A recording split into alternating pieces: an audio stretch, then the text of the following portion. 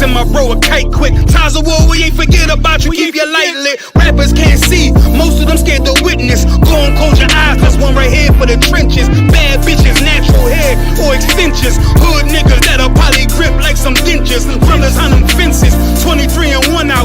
Praying that that commissary hit before it run out. Bitches on the gram, dog filter with their tongue out. Couldn't stay home because they found the dugout. Closed casket, burner in the low jacket. My co-captain, riding on these whole rappers. My hoes fabulous. Now I don't mean that derogatory, but I'm a player and there's no my women riding for me. I avoided Maury, I got 2 jets. If I can't make it through for them, then I'm useless. Sit down that roof, Chris, with a couple bosses. After the war, just to count our losses. It's not many. You see a smile on my face, but I'm not friendly. Going on my waist, sipping white Henny. I just hope this shit go right. Living in the dark, you don't know light. Gotta got my heart with my bow tie. Waiting on this war been my whole life. I just hope this shit go right. Living in the dark, you don't know light. Gotta got my heart with my bow tie. Living in this war been my whole life. My whole life. It's so melodic. When I be dropping this ebonics, this ghetto phonics, it got me on the level supersonic. My bomb atomic, and you know where you can find me. Somewhere probably folding this paper origami. My name is pure as the Sani, my wave is like a tsunami. I went from 0 to 100, feeling like Ricky Bobby. I made a deal with the Reaper. Got a couple wives, they some keepers. Talk a lot of shit, but you can't walk a mile in my sneakers. Bitches go to Miami, come home with change features. Now she got a BBL, her ass fatter. Trying to show up all them niggas that laughed at her.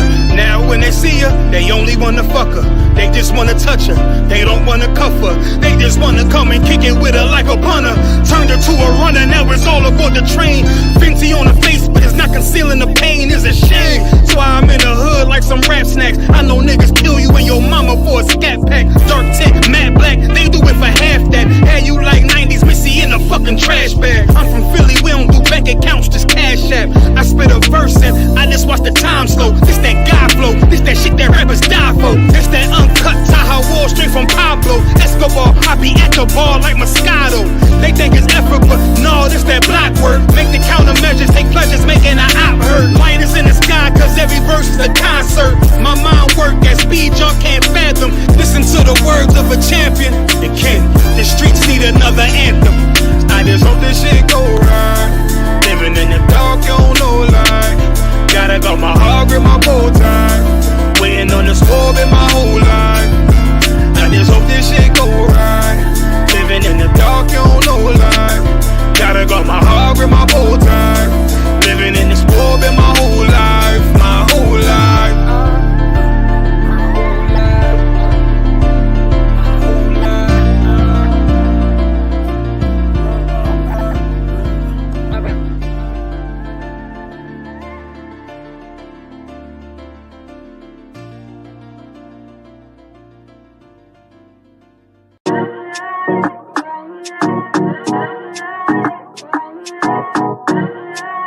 I.S.U.P.K. Oh, and West. Babylon is falling to rise no more again. Babylon is falling. Freedom is here, my friend, not just part of the nation. Yeah, our shy never come bring peace, him start of the vision. Now put your trust in the riches and wealth, guns are ammunition. But just the last statutes and commandments, we make the decision to keep them with precision. I just part of the nation. Daniel get a vision, him see the black Christ, it wasn't a white depiction.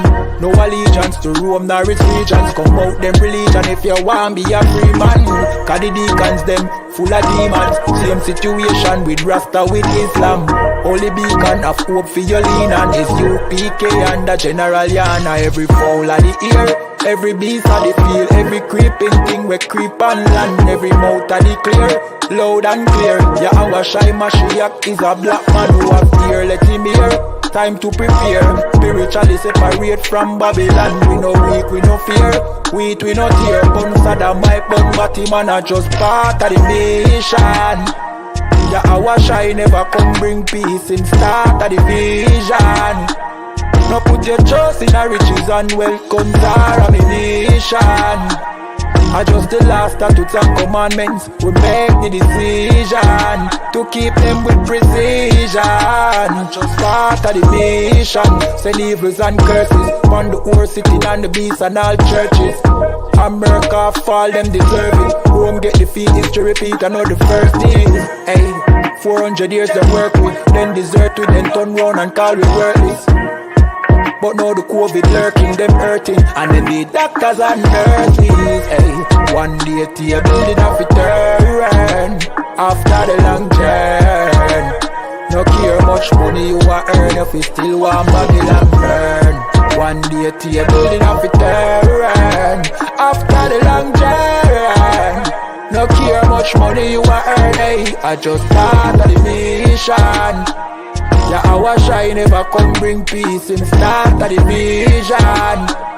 No put your trust in our riches and wealth, guns are ammunition. I just the last statutes and commandments. We make the decision to keep them with precision. I just part of the mission.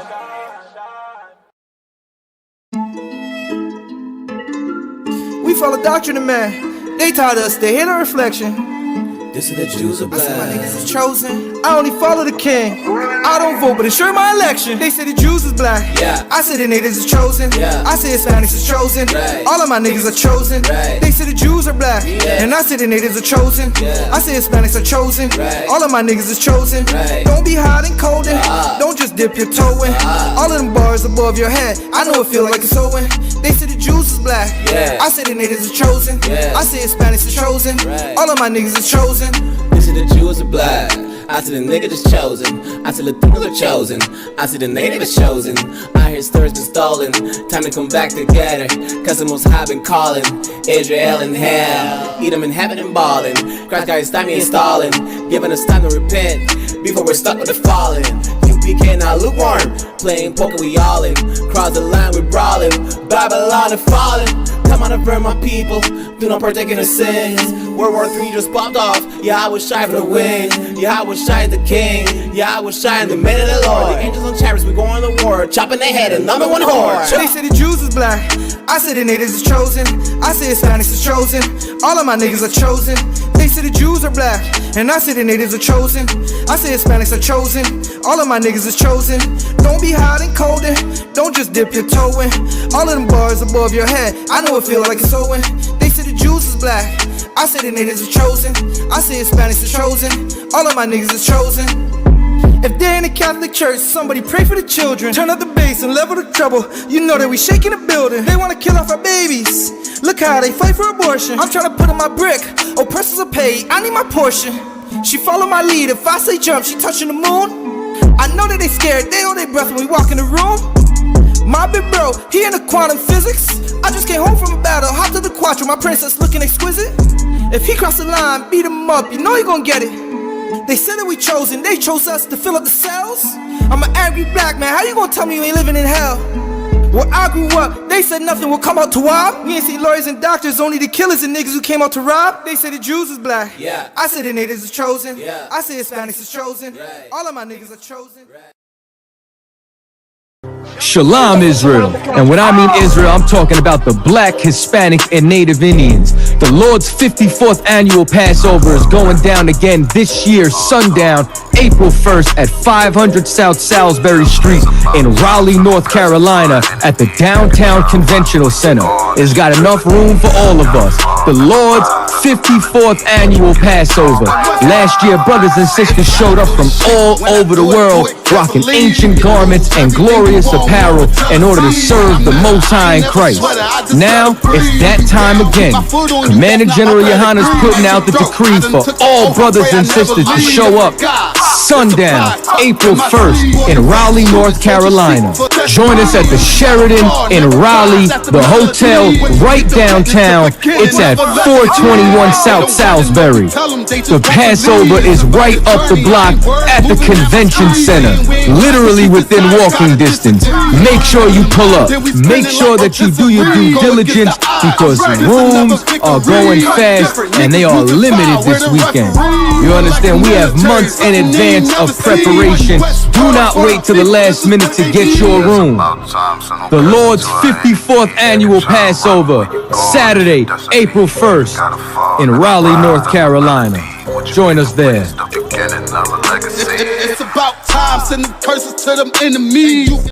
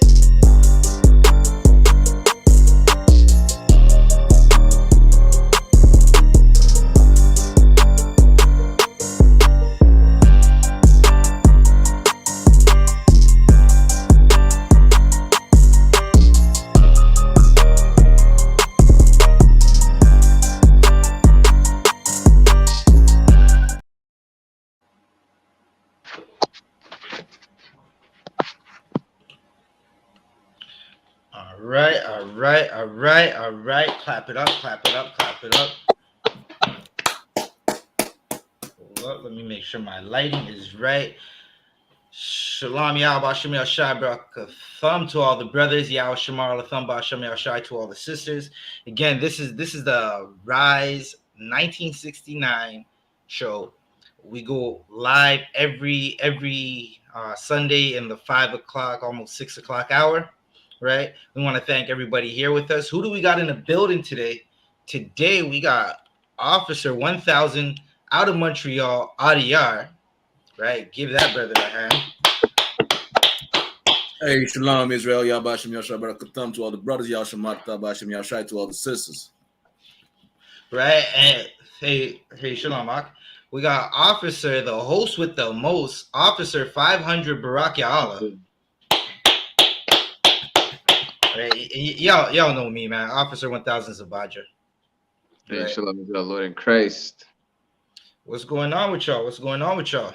Hey, I'm about to go live on TikTok. Check for the invite. I'm waiting for that. You know, what's going on is some spicy topic. Yeah, we got a bunch of spicy topics we're going to talk about today. We got a killer cop. Good night. Right? Rick Shank. He killed black men questionably. Salakia. Right? When do we not have killer cops? Right. Hey, that's a good question. When do we not have killer cops? Right? But we got a killer cop in Toronto. Right? He questionably, they question his shootings. Right? And he has a background of violence against people of color. Right? And now he is the Salakia. What they say? What was his title? He's the damn near the top person of standards in Toronto police, right? So we're gonna get into those. I got a couple invites to send out on this TikTok. If you're watching on TikTok, like, this video. Tap the screen if you're watching on TikTok, if you're watching on YouTube or Facebook. Smash the like button, share the stream. Who do I got with me? Barack. Let me send out another invite. Where's Adiyar? Officer Adiyar, you're gonna have to get on TikTok. Hey. Yeah, come waiting for the invite, please. Khan, I'm trying to see where you are. Hey, shout out to everybody watching us on TikTok. Tap the screen. We're going to be going in on some topics that's happening in Toronto, in Canada, pressing topics, right? A killer cop. We got Sierra and a killer cop. This is crazy. Hold up. I'm trying to see. It's not telling me that you're online for some reason. See if you can see the stream. If you can see the stream on your you should be able to jump in, and when you jump in, I'll be able to invite you up.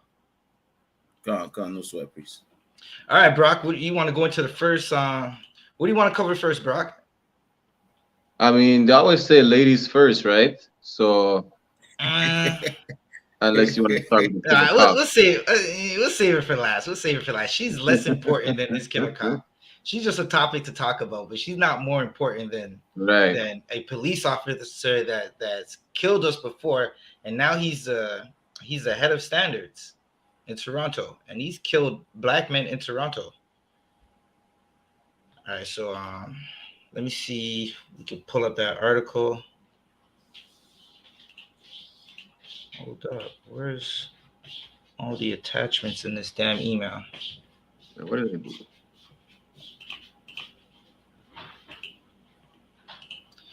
Bro, can you email Salakia? Bro, can you email the? Okay, I got it right here. You got it. The Toronto. You got the Toronto. You got the CP 241. They're all in the podcast chat on WhatsApp. If you want me, I could email it to you. Okay, I'm gonna email it to me right now. Okay. Barack, you as I'm emailing it to me, you can start reading the CP 24 and going on. I'm not pulling out the article I want as I'm streaming from both phones. Okay, no sweat. I got you. Actually, 1 second, I don't want. So, do you still hear me on the StreamYard? Khan, I can hear you on StreamYard. Okay, that's the web. So I got the article right here. It says, concerns raised about history of officer leading Toronto Police professional standards. I'm reading from CP 24. This article was published 5 days ago on February 21st. So I started reading the article. It says, some members of Toronto's black community are raising concerns after a police officer who was cleared after killing 2 black men and was accused of beating a third some 3 decades ago is now the head of the Toronto Police's Professional Standards Unit. Good night. Isn't it Black History Month? And this is what you're giving us for Black History, right? This is what you're giving us for Black History. This is a uppercut, right? Black people, you gotta love it. This is Canada we're talking about, and they're giving you a uppercut. Who do I got? Quebec. I would just call it a sucker punch out of one. A sucker punch is. Listen, if this is a sucker punch, this is a punch that's intended to knock you out. Right. Right. Adiyar, you might want to hook up your Bluetooth so it's not going in the background. Right. Yeah, come. This is designed, right? So he killed 2 black men somewhere in the early 90s and mid 90s, and now he's going to be in charge of standards for a police force that's. If you grew in Toronto, listen. If you're watching from Toronto and it's live, just tap 1 if you've had a bad interaction with the police. If you're watching from, you know what, we'll switch it. If you're anywhere in Canada watching this live, put a 1 in the chat if you've had a bad interaction with police, right? I'm quite sure every brother, whether Hispanic, so-called Negro, so-called Native American, all those kind of brothers have had horrible interactions with the police, right? What say you, Montreal? What's going on in Montreal? How's your interactions with the police? I mean, it's like one. If you're not a devil, it's not Toab, you know. I mean, they're always trying to do some reforms, whatever the case is. In my zone, they moved the police station to the neighborhood right next to us. You know, with some protests from the from the Caucasian people in the neighborhood, right? But at the end of the day, it's like, I mean, okay, let me put it like this. Let me go a little personal, right? Even as growing up, from the time I'm 11 and up, you understand, I Right. always never had a good interaction with police officers, and I did not have to, commit anything or go against the law, or not even jaywalking whatsoever, So right? so you're saying you were even committing crimes and the inter were not good. They were la'atwa for no good. Salakia, when police already pulled me over for playing music on the street. Yeah, And they pulled you playing Kanawakan. music in the streets. That's what they're pulling you over for. That's crazy.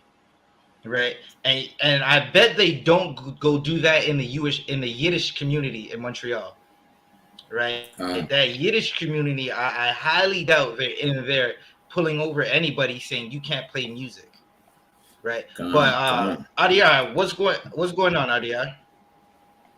Well, you already know I'm in Montreal North. You understand the Zopound section, as we could say. You understand the blood gang section. You understand. So you have police roaming. You understand the neighborhood every 15 minutes, man. You understand. And I've been talking about it on I.S.U.P.K Quebec. So a little, I've seen like a little decrease. They're watching and everything. I see they decrease a little bit, but still, you understand that police visibility, you understand, is still there.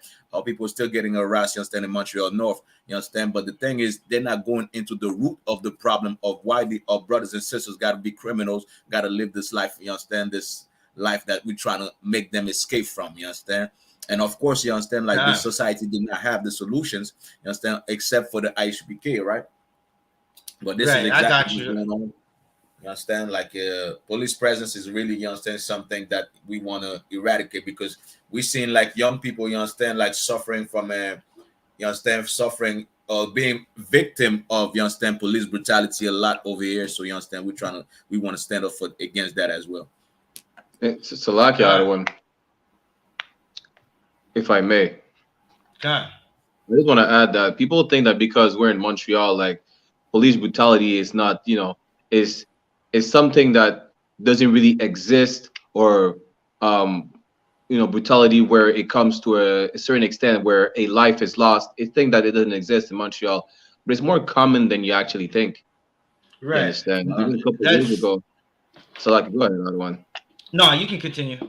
Well, I'm just gonna say, even a couple of years ago, when you came and stayed by my place, you understand, when we walked by the south side, right next to the train tracks, we seen a poster of a brother that was unalived by the police officers, which the video of the unaliving is still circulating on YouTube. You understand? And it was only spoken about because it went viral on YouTube.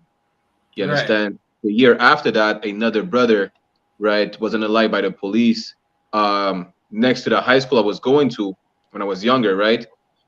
And Officer Adiyar came to check me that the next day, right? And they already had cleaned up the scene like nothing ever happened. You understand? When it comes to us, it's like they're always trying to hide evidence of any incident that happened with them that is involving the police force. You understand? But that is more common than you think. Good. Nice. Because we're in Montreal, it's I don't know how to say it. It's all peachy, and the police are not as bad. But one thing, a fact in Montreal, is that the police officers do not live in the city. They live outside the city, and they think that in Montreal it's like a movie. You understand? So they're gonna act like, let's treat them like they are, they are as let's treat them as if it's as wild as New York or something like that, or wild as Chicago. You understand? That's how the police really treats us. Right. Now that's no doubt. That's no doubt. They assume that in Canada, it's a non-racist place. It's a place where prejudice doesn't exist. It's like some perfect utopia. When what we're going to read in this article doesn't describe a perfect utopia. Again, if you're watching on YouTube, Facebook, on TikTok with us, tap the screen, smash that like button, and share. Right? You can also type your comments in, like however you feel. If you agree with us, if you don't agree with us, let us know. Right? You are in a safe place. Chat lives matter. All right, so Barack, you can keep reading this article.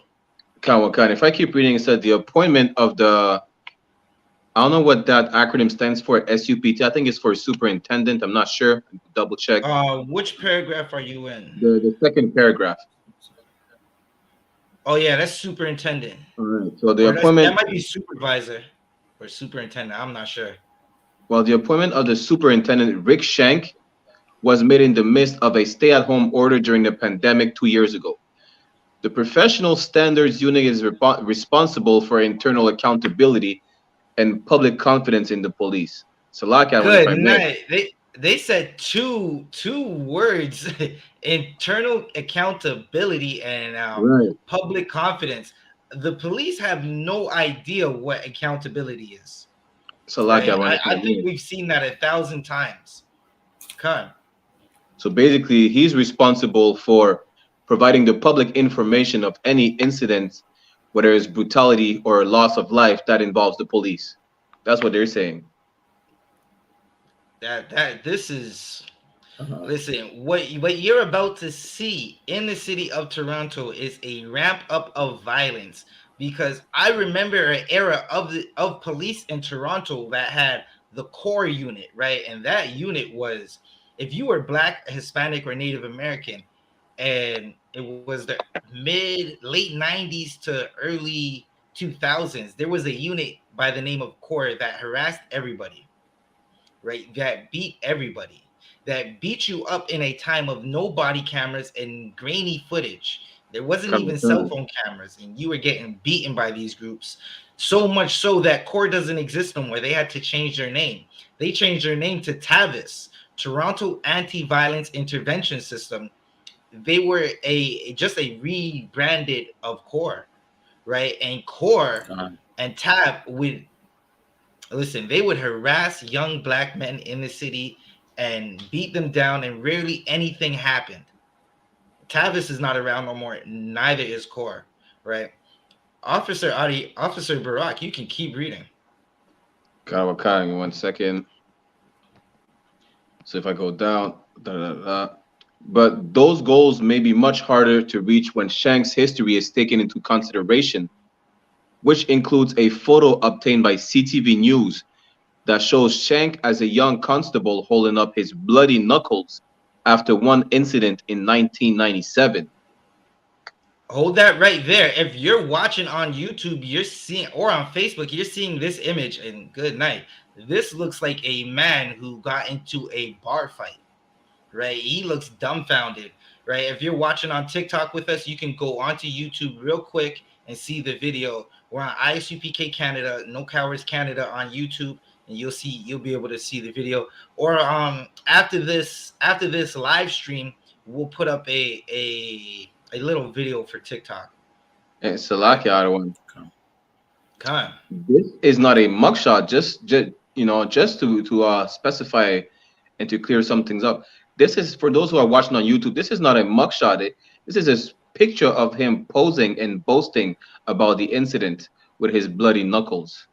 No, this is not him boasting, right? So what happened is the incident happened, and he had to take pictures, right? This is like what happens after any assault where the police are involved, or even within the public. They'll come around and take pictures of your hand.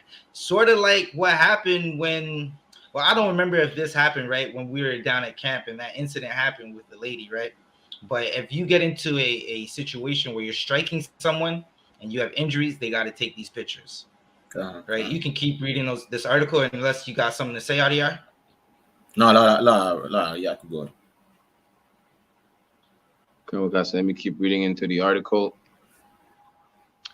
The signal that you're sending to the general public and your own police officers is you can get away with whatever you want and you'll be rewarded, said author and activist Desmond Cole, who wrote about the appointment last week.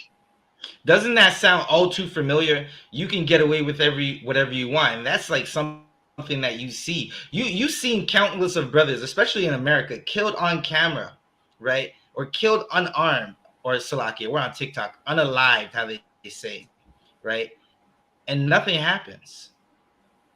Like nothing ever happens. They go through a grand jury, and then this is why everyone was so happy when the devil or the officer who unalived the brother Salakia. Why is his name slipping my mind? George Floyd, right? Everyone was so happy, and they celebrated like it was a victory because the unaliver of George Floyd was sentenced, right? Because rarely do you see police officers take any accountability, take any action. They say there's good police in the units, in the divisions, in the precincts, right? However they call them, wherever you're from, right? But the good police never seem to stop the bad police from doing bad things to good people. Or even listen, they might have caught a drug dealer, right? This person was selling drugs, right? He needs to go do some time and repent for his crimes, right? But the police officer that's supposed to just be arresting him is taking his money, right? Or they can't find him with drugs, so they plant drugs on him, and the good police officer is never saying anything, right?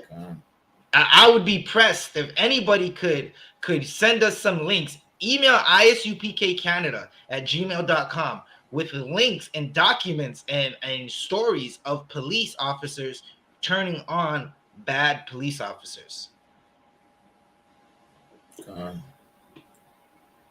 And if I may, I can. Right, you got it.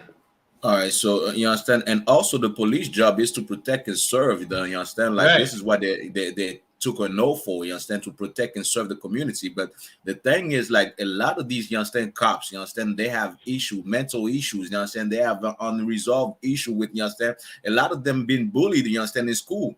So you understand, a lot of time, you understand, unfortunately, they've been bullied by black people, or some black men took their girlfriend away at that time. So all that, you understand, anger reside in that cop, and you understand, and he's gonna take it away. You understand, on another poor brother. You understand.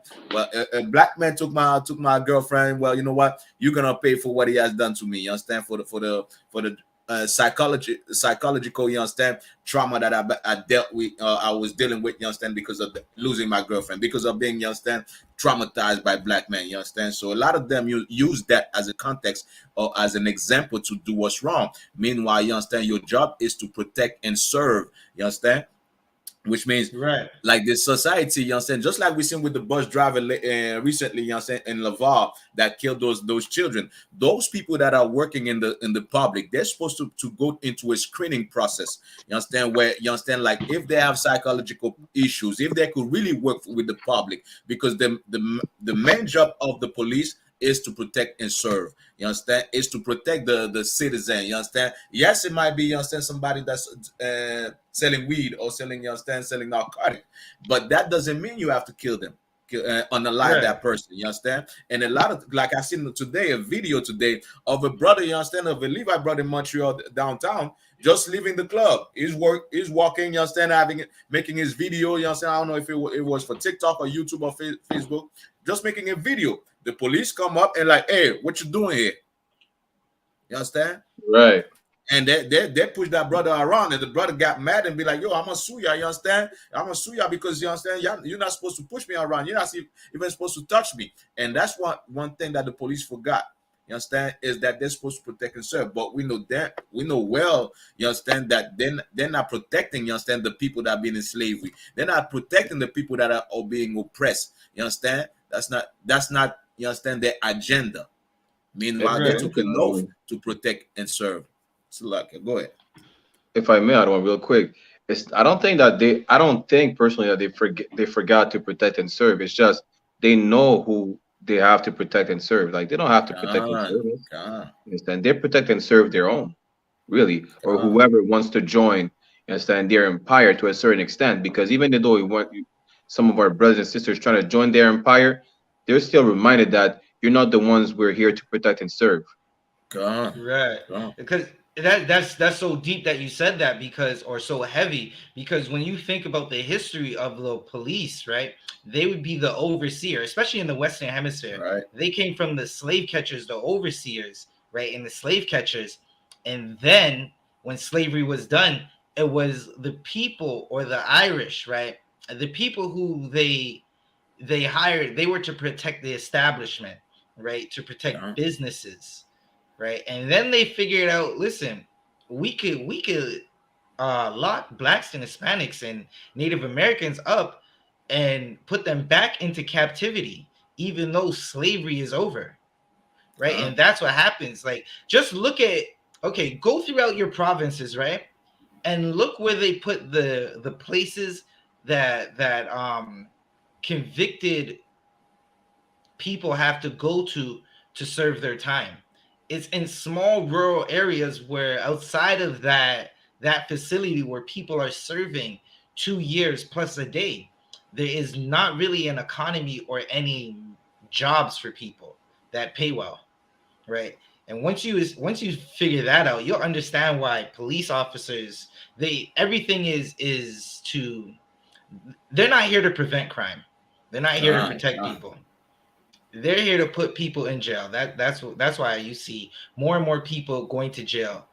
They have anger issues. That's why when you look at this man right here, he looks like someone who has deep anger issues. Salaki, if I'm being I'm just saying, like, listen, I can see a devil when I see one. I know a devil when I see one. Salaki, Barack, if we can continue reading this article. Again, if you're watching with us, tap the screen. Tap the screen. If you're watching and you have a comment about what we're talking about, whether you agree or disagree, put the comment in. Chat lives matter, and tap the screen. Right, Barack, you can keep reading. So basically, in a statement, the Toronto Police Service, TPS, said the force found no misconduct in those incidents and Shank was not convicted, adding that focusing on those incidents in the 1990s misrepresents who he is both as a person and a police officer. Salakia, I just got a question, right? Especially when it comes to the police, right? Police are like old dogs. They don't learn any new tricks, right? For years, we've been going through and saying, or we've just been saying that we've been brutalized from police, right? Those police are now detectives, or they're up in the ranks, or they're retired, and the younger police are brutalizing us. So what I'm basically asking is, if you can't judge this police officer off his past, what do we say about the younger officers? Because they're doing the same thing that, like, the officers that came in within the last 2-3 years, they're doing the same thing that the officers in the 90s are doing. Right. So is it him or is it the system? Which leads to a question I'm going to ask later, right? If any of y'all got anything else y'all want to add, y'all can feel free. I just wanted to add this as well. Like, a lot of prisons are being privatized right now. You understand? They're being privatized, and these judges, these policemen, a lot of them, you understand, they have, like, you understand, like, they benefit from that, or they could, you understand, have, like, you understand, deal they make so they could get money off of that. You understand, like, what you call it, like, when you place your money somewhere. You understand? So a lot of investment, you understand? A lot of them are investing in these things, you understand? So that's why it's good screening of who could be a police officer, you understand, is necessary. Because imagine if I'm invested in jail, what am I going to do? Put more people in jail. Right. Understand? You understand? So even the judges, even the lawyers, you understand, that we have to, you understand, like, there should be a screening, you understand, you understand, thorough screening, you understand, in that, you understand, that cop or judge life. Because, you understand, if I'm invested in these jail, I'm gonna put people in jail regardless if, you understand, the person is innocent or guilty. I won't give it them because I'm investing in it. Salakia Ariyar, I understand exactly what you're saying, but they already screen and go through these officers' lives. Right. So now the question is, who's doing the screening? Right. That would definitely be the question to ask. Who should be doing the screening? This cop, he's invested in violence, and now he's invested in the standard. his standard is violence, right? They're saying he's been an outstanding officer since he's killed 2 black men and beat another. We're gonna read it. Let's get into it, Brock. Kawakad. Superintendent Shank has served as a police officer for over 30 years with an exemplary record and is recognized for his many contributions to policing. Wait. He killed 2 black men. He unalived 2 black men in shootings in the 90s, 93 and 97. And we're looking at a picture of him with bloody knuckles. And they're saying they said that the shootings or the unalivings were questionable, and later they cleared him, right? But he's been exemplary and he set a standard for police. And Right. we've seen what has happened in our cities with police since the 90s. More evident now that there's body cameras. Right. It's good night. Listen, if you're Black, Hispanic, and Native American, man, you better hope that the Lord is on your side with what's going to happen next with these police officers, especially in a time where the whole earth is going into the third world's woe. Damn right. You might not understand what I'm talking about. Donald Trump just said World War III is on the horizon. He said we're going into it, right? If you ask us, we'll tell you this thing started almost 20 years ago, and y'all are just catching up now. But Barack, could you keep reading, Baba Kasha? Kawakad. Over the course of his career, he has demonstrated the highest levels of professionalism, ethics, and leadership, and has a record of service to the community. We stand by Superintendent Shank and his service, the TPS said. Good night. Read that part one more time. Kawakad. Over the course of his career, he has demonstrated the highest levels of professionalism, ethics, and leadership, and has a record of service to the community. We stand by Superintendent Shank and his service, the TPS said. Right now, Salakia. After reading that and after hearing that, what conclusion did y'all come to? I want to hear y'all conclusion before I give you mine. Salakia, if I may. Right. They're when I say they stand by him, you understand, and his level of professionalism, ethics, and leadership, it's like it's okay to unalive us. You understand? I mean, there is nothing wrong with taking the life of a black man. That's what they're saying, as long as it's at the hands of a police officer, because when it comes to taking the life of a black man at the hands of a police officer, Hispanic and Native American as well. This article is not about them at the moment, but we know that happens as well to both our Hispanic and Native Americans. So basically, when it comes to taking the life of a so-called Negro, Latino, or Native Indian at the hands of a police officer, it is always justified. Right. And they're gonna back him up.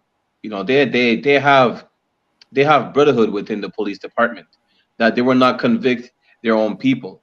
You understand? For anything that is should be guilty of. Right. What's the scripture would say? Every beast loveth his like. Okay. Right. But Adiyar, what was your opinion on what we just read? You understand? And what I want to add in, like what Officer Barkella said, is exactly what I wanted to say as well. But you understand, like, and this shows also that we are no people. You understand, like in this land, we are a nation. You understand, that don't have, like, you understand, like leadership, that doesn't have protection as well. You understand, and them touching us, you understand, is exactly what make this empire runs. You understand. Canada, right. United States is built by, you understand, by oppressing us, by unaliving us. So you understand, so it's normal for them, you understand, to stick with one another.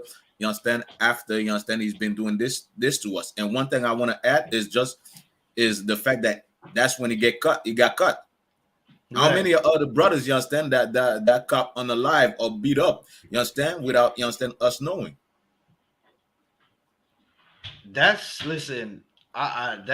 was Good night. That is a good question. How many of brothers have been unalived by this cop without us knowing? Right. Like what is in his file? Now I'm gonna call cap on that whole quote of this of what the TPS said. Right? They said that he has a record of service to the community. They said that over the course of his career, he has demonstrated the highest levels of professionalism. Good night. How does that make sense? Why would they question the shootings that he did or the unalivings that he did if his professionalism was at the highest standard? Right. And now when I'm reading this article, I notice that they haven't quoted anything that he's done to show that his professionalism is at the highest standard. Where is it? I'm not seeing it. I'm not seeing anything in this article that says Rick Shank has done anything with ethics. Right? So I'm gonna call cap. I'm gonna say y'all are lying. Right? The police, the TPS, Toronto Police Services, is nothing shorter than a gang. They have a code of not snitching as well. They call it the thin blue. Well, in America, they say blue line. I guess in Canada, because they got a red stripe, it would be the red line. Right? Salakia. Let's finish out this article. Again, if you're watching with us, tap the screen, tap the screen, tap the screen. Share, share some more, right? We encourage all comments. It doesn't matter how you feel, right? If you say something out of pocket, we might just talk about it, right? But listen, this is a safe space, Salakia. Just don't be out of pocket with it. Like, you don't have to agree with us, though. God. But again, tap that screen. What's going on, y'all? I see y'all watching. Y'all got to let us know. This is interactive. All right, Barack, you can keep reading. If I keep reading in the article, it says in 1993, Rick Shank shot and killed 20-year-old Ian Cawley. Shank claimed the 20-year-old had pointed a gun at him. He was cleared by the Special Investigations Unit, SIU, which found that Constable Shank instinctively used deadly force to justifiably protect himself. Good night. So they're saying, listen, they're saying that the brother he shot pointed a gun at him, right? They're saying that he was cleared, that he was used justifiable force to protect himself. Now, Khan, it's all a claim. It's not saying that it has been proven. Right. It's just a claim. Right. Listen, pointing a gun at someone is. If he didn't shoot it, he didn't shoot it. What are we talking about here? Right? I seen them. There was a clip of the man, the heathen who drove the van down Yonge Street in Toronto, right? And as he got out, he kept pulling behind his back like he had a gun, and then he would raise his hand up. He didn't have a gun in his hand, but they never shot him, right? Right. The man never. They're not saying a shot was fired. They're saying he pointed a gun. That doesn't sound believable, especially for black men in the city of Toronto. That doesn't sound like something that happens. Now, let's go back to what he did. 20-year-old pointed a gun at him. The 20-year-old just pointed a gun at him. We got to get more into that story, because it's not saying the 20-year-old was wanted on a Canada-wide warrant for murder, right? That, like, if you think with a criminal mind, that's why someone would point a gun at someone, or they have a large quantity of something that's going to give them a life sentence. And it's not saying that at all in this article. So why did you kill that man? Right. That would be a question to ask. Why did you kill that man? Because he pointed a gun at you? Like, did he point the gun at you? Is there any? And listen, this is a time of police brutality and no body cams. They're killing us with body cams and getting away with it. and saying we pointed guns, or Right. saying they thought we had guns and there's no guns. Right. So it's like, imagine at the time when there's no body cameras now. They Right, can say anything. You understand? Like they're everything they say is valid. You right. understand? Well, But Barack, we got Salaki. You continue? it's a lot. I mean, I guess a little more spicy when we keep going in the article. Yeah, we got to keep going in this article because listen, that was the first one. He pointed a gun at the person. That was only the first one. They're saying the person that the brother that was unalived by Rick Shank pointed a gun at him and he unalived him, and they said it was justified because he was trying to protect himself. Let's find out what happened with the next one. Wait, before we get on with the next one, I just want to add this as per the article, right? It says questions were raised at the coroner's inquest about Shank working alongside what was then known as the Black Organized Crime Squad. Wait, Barack, you gotta read this again. There was a black organized crime squad. Good night. I don't think I've even heard of the Asian organized crime squad, and there is an Asian gang in Toronto. Good night. Salakia, why you mentioned Asian, you understand? I just want to add this. Meanwhile, we know that Yakuza, you understand? Them Yakuza are in Canada. You understand? In Toronto, they have Asian assassins. Right. You understand? We know this. You understand? They know this. You understand? What's that organization? You understand? Like the FBI over here, CISIS. You understand? CISIS, I believe. You understand? They know this. You understand? Your intelligence community know exactly. You understand that the Yakuza is over here. They know. You understand that the Irish mob is over here. You understand? The cartel is. You understand, a lot of them are not really our people. You understand, or other people, you understand, above that. You understand, our Edomites. You understand, they know exactly, you understand, the Italian mafia, you understand, over here. But then, one thing we could look at, they are not being unalive like we are being unalive. They're not looked at as criminal like they look at us as criminal. You understand why? Because they wear suit and tie. It's a lot. Listen, what Barack just read, Salakia Barack, I'll let you go 1 second. What Barack just read, he said that at these questions made them ask for a coroner's inquest. It's not a coroner's inquest is not the same as like the police investigating each other, right? This is the coroner and the coroner's lawyers and the coroner's detectives investigating a murder scene because they're the best ones to investigate murders. A coroner could go in and see a blood drop, right? Like that show Dexter, and tell exactly how the knife came down slashing. And they heard that and they said, listen, we need the coroner's inquest on this. Brock, what you got? No, I was gonna say, just to add on what Officer Adiyar was saying, basically, just like you said, there is a black organized crime squad, but there's no Asian organized crime squad. When we know the Yakuzas are there, Chinatown, we know the Chinese triads are here. You understand? There is no so-called white organized crime squad for the Italian mafia, the Sicilian, the Greeks, you understand, the Portuguese, the Hells Angels, you understand? I mean, there is no other crime squad but for blacks, you understand? There is no crime squads for the Yiddish people, you understand? What you're saying. Mob, you understand? What you're saying, bro. We have Captain Ash in the chat on TikTok. Shalom, Madawan, Lord in Christ. For tuning in. Taino Warpath. It's Captain Ash. Hey, Shalom, Lord in Christ. Shalom, Lord in Christ. Lord in Christ. But basically, to get back on what I was saying, there is a black organized crime squad. You understand? But there is no white organized crime squad for the Caucasian criminal organizations, such as the Yiddish people, the mafia, the bikers. You understand? The Asians, you understand? There is no other organized crime squad working for blacks, which includes black, Hispanics, and natives. You understand? The crackdown is always on us. You understand? Right. And just like outside here was saying, it's like, just because they wear a suit and tie, that really doesn't matter because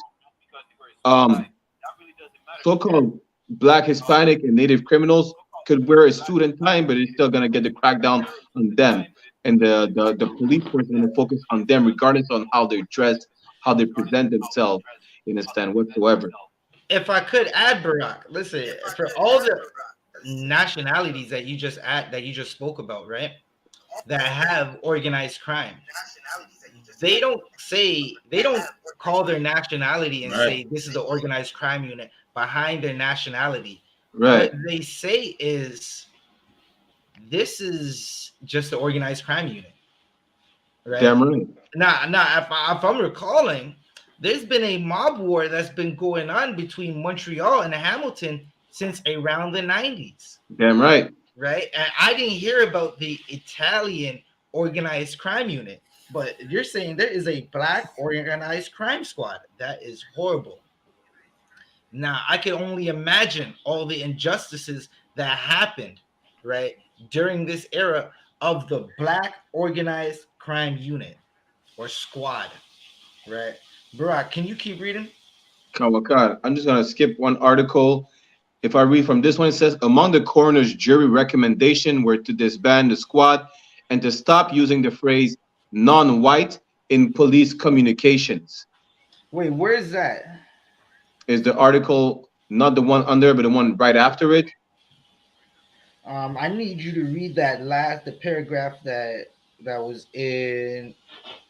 It seems right after the organized crime, right? Kawakan. Because it's going to give you more context to what this squad was about, right? Because Right. it seems like okay, there's crime in all nationalities in all areas, right?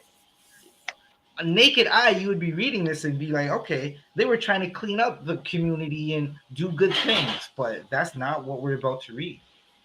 That's absolutely not the truth, right? And again, if you're from Toronto, listen, if you're watching this stream and you had a bad interaction with police, put a one in the chat, right? Also, tap the screen. If you're watching on Facebook or YouTube, hit the like button, hit the share button, share this, let us know what's going on. Right? Barack, can you read that paragraph for us? Kawakan. It seems this unit gives extra policing of people in the black community over and above all the normal policing. Colley's family's lawyer, Peter Rosenthal, told CTV News at the time. Wait. What did you say, Barack? Did you say this unit was over policing the black community? Karawakan, basically the focus is on the black community instead of the pizza makers or the Yiddish. So I'll explain exactly what that sounds like. That sounds like okay. Police officers always have the ability to whether to charge you or not, especially in a time of no cameras. Like now on camera, if they find you with some drugs, they're most likely going to arrest you if they haven't made you a confidential informant, right? Because it's on camera, right? And they can't take the drugs. But then there was a time when police officers would take everything that you had, and a lot of times people would turn into confidential informants, or if you're in a Caucasian neighborhood, the police would let you go. Right. They wouldn't really charge you, right? So they're saying that the police are over policing, right? Read that one more time. Karawakan. It seems that this unit gives extra policing of people in the black community over and above all the normal. Hold that right there. They're over policing people in the black community. So what that sounds like, for a charge I can just give you a ticket for it, I'm going to send you to jail.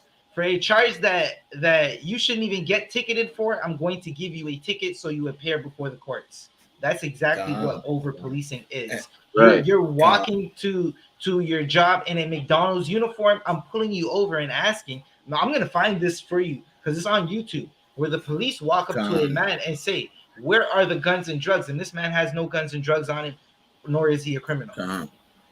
So like if I may add, and this is what I was saying earlier, you understand, just like in Montreal North, you understand, Montreal North, like you understand, like right now on my street, it decreased a little bit, you understand, but once I started living over here, every 15 minutes there was a cop, you understand, passing by, roaming the neighborhood.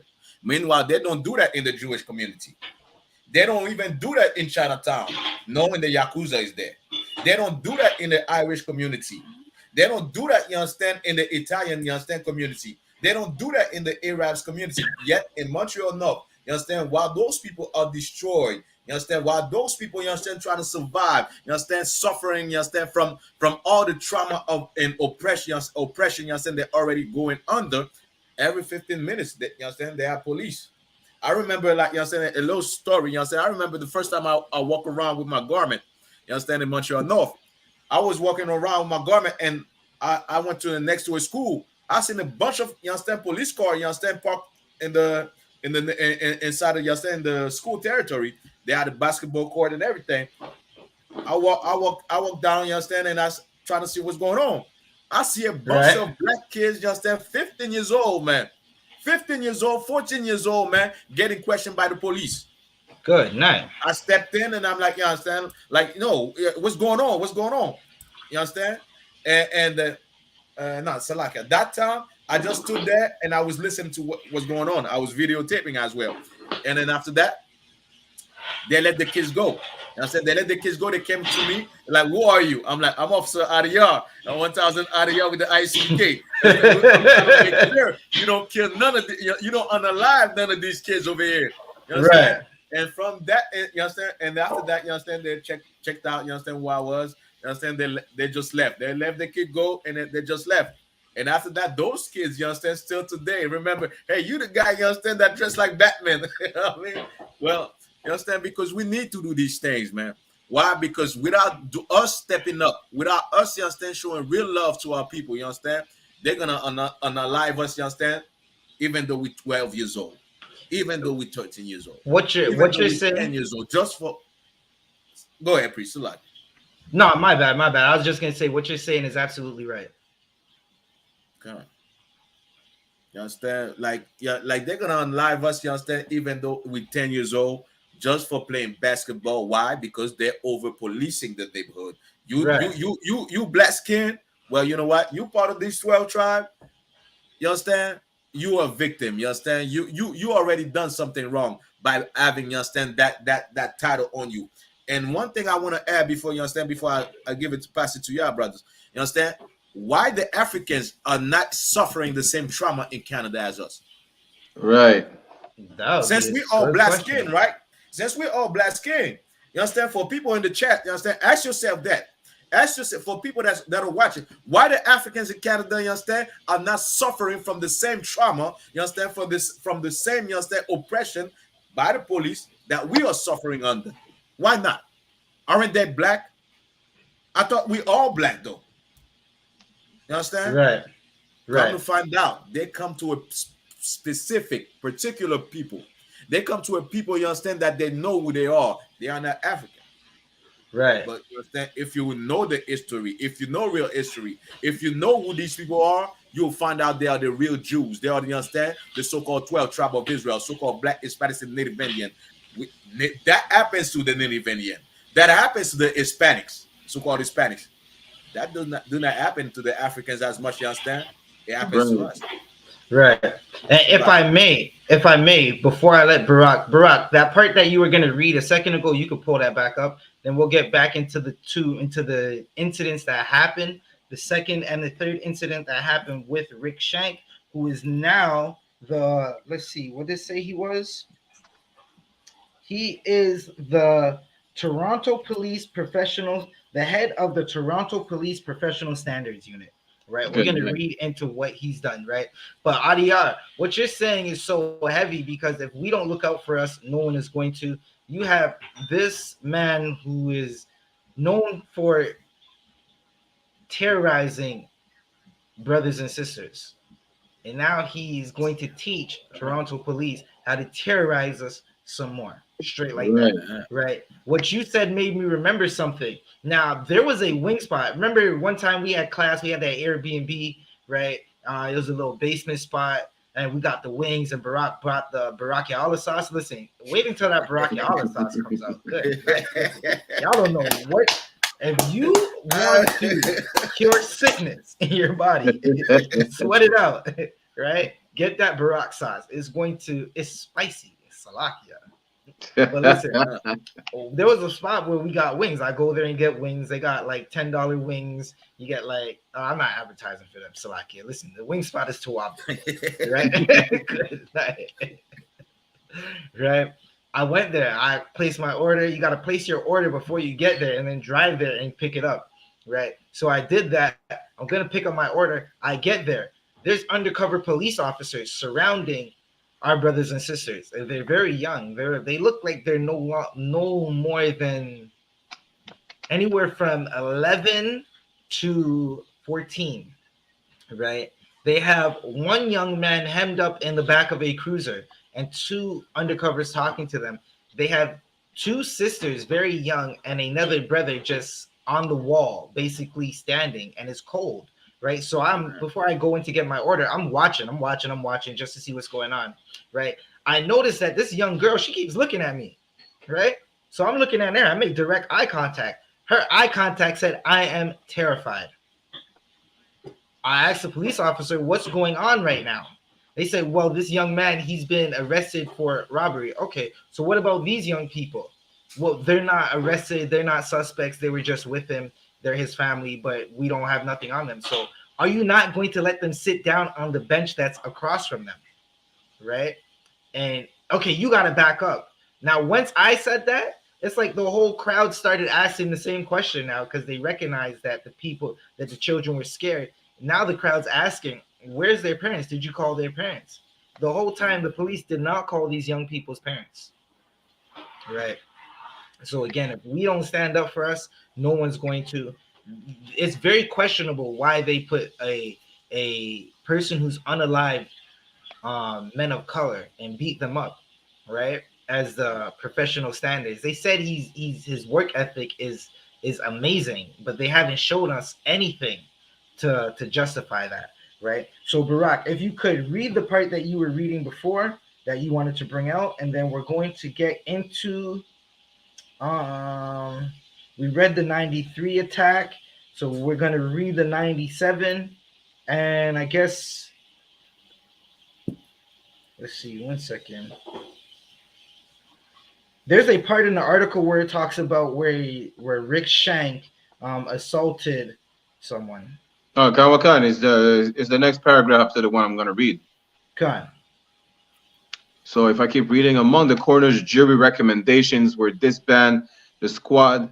Among the coroner's jury recommendations were to disband the squad and to stop using the phrase non-white in police communications. Salakia, listen, it's gonna be a long episode because we gotta just keep pausing. I don't even know if we're gonna get to the other stories. We gotta keep pausing. There was a time when the police would go to look for a suspect and they would say non-white. Like, good night. Listen, he's not white, meaning get him, beat him down. Salakia. Basically, Adawan, they're talking in codes, so not instead of saying black or the N-word, and say, hey, check this non-white suspect. So you're right. You're right. Y'all ever heard of that joke where they say if you want the police to come to your residence really, really fast, you call and say you're white? Many times. Listen, good night. Yeah. That's horrible. So we gotta call and say we're white, and they call and say he's not white. Good night. That's to let you know what policing is like in Canada. God, and so like if I may, right? Understand, like the Arabs, they're supposed to be at war with the Arabs, right? But when they could say non-white, they're not talking about Arabs. Right. Understand? We don't see Arabs, you understand, going through these things, you understand, being beat up by the police and so on. We don't see these things. Why? Like why nobody asks why? You understand? Why no judges, no lawyer, you understand, no news reporter asking why those other people are not suffering the same deal? You understand? Why is always a specific group of people that's suffering these things? And one thing, like, you understand, this is why the I.S.U.P.K is necessary, because we explain to you, you understand, why those things are happening. You understand? Meanwhile, your Christian preacher are not gonna say anything. If I may, I wanted to bring 2 verses out, if I may. Salakia, Adia, I'm right there with you. I just wonder if we're gonna bring out the same thing, because I want to answer your question, why this is not happening. But Adia, you got it. Go ahead. I wanted to bring Deuteronomy chapter 28, verse 49, right? I got it for you. You want 49? 49 and 50. Con, I got it for you. This is Deuteronomy 28, verse 49. The Lord shall bring a nation against thee from far. The Lord shall bring you to a nation, you understand, a nation against it from far. You understand? We come from the Middle East. We come from Israel. We over here in America, you understand? The Lord shall bring a nation to against thee from far. This nation is against us. And this is why you see, you understand, it's only about so-called Black, Hispanics, and Native Indian that have to endure and go through these things. Why? Because we left the Mosiah, you understand, Lord, and instead we wanted to be like everyone else. We wanted to follow Christmas. You understand? This in Deuteronomy chapter 28, verse 15 to 68 are proof that we are Israelite, because we are the only one that are suffering those curses as a people. Keep on going. Come from the end of the earth, as swift as the eagle flieth. A nation as whose the tongue eagle thou flieth. shalt not stand. You understand? As swift as the eagle fly. This is proof, you understand, who is exactly, you understand, oppressing those type of people. You understand? Who is it? Which nation is oppressing, you understand, those type of people? What is the emblem for America? The eagle. You understand? The Right. bald, you understand? Bald-headed eagle, like they say, you understand? The white eagle, whatever, you understand? But this is, you understand, the sign of this nation, you understand? And they come swift on these people, you understand? You see our ego, you understand, trying to capture its prey, you understand? Go swift on the prey. And this is why they focus so much on us. You understand? Why? Because we are the chosen people of God. A nation with strong thou shalt not understand. We don't understand the so-called oppressor when we came off the slave ship. You understand? Right. We had to learn the English. We had to learn the French. We had to learn the Spanish. And for what? For losing exactly our own language, which was Hebrew. Right. Right. A nation, verse 50, a nation of fierce continents. A nation with a fierce continents, you understand? Which means what? The way that nation deals, they don't have no sympathy. What you're reading, you understand? What Austin Barrichello is reading, it shows that they don't have no sympathy. You understand? Meanwhile, that cup is murdering, you understand, so-called, is unaliving, you understand, so-called Black people, you understand? Yet, he's, you understand, the best one to be, you understand, to use for the work. He's the best one to teach the other one how does it, you understand, how does the work go. Right. You understand? They don't have no sympathy, you understand, for the crime that they have been doing and they did to so-called Black, Hispanics, and Native Indian. And you could look this up, man. You could ask them, how do you feel about, you understand, the so-called Native being on reservation and you are on their land? Ask them. Ask your so-called, you understand, white friend. Ask your so-called white neighbor, you understand, how do you feel, you understand, for the murdering, you understand, or the unaliving, you understand, of hundreds of millions of people for you to be here, you understand, and have a good life? They'll tell you, well, you know what? I don't feel no type of way. Why? Because I didn't do it. My forefathers did it. I didn't do it. Meanwhile, you understand, they take advantage of that. And they don't give it damn about, you understand, those people, you understand, that being oppressed. Let's go. Which shall not regard the person of old, nor show favor to the young. Just like we've been saying, you understand, I seen like kids like that was like 14 years old being, you understand, harassed by the police. We see men, you understand, what's that brother name, you understand, that was wearing a green shirt that they tased in the back, you understand, the States, the old man there. Salakia. I forgot his name. Not Fernando Castillo.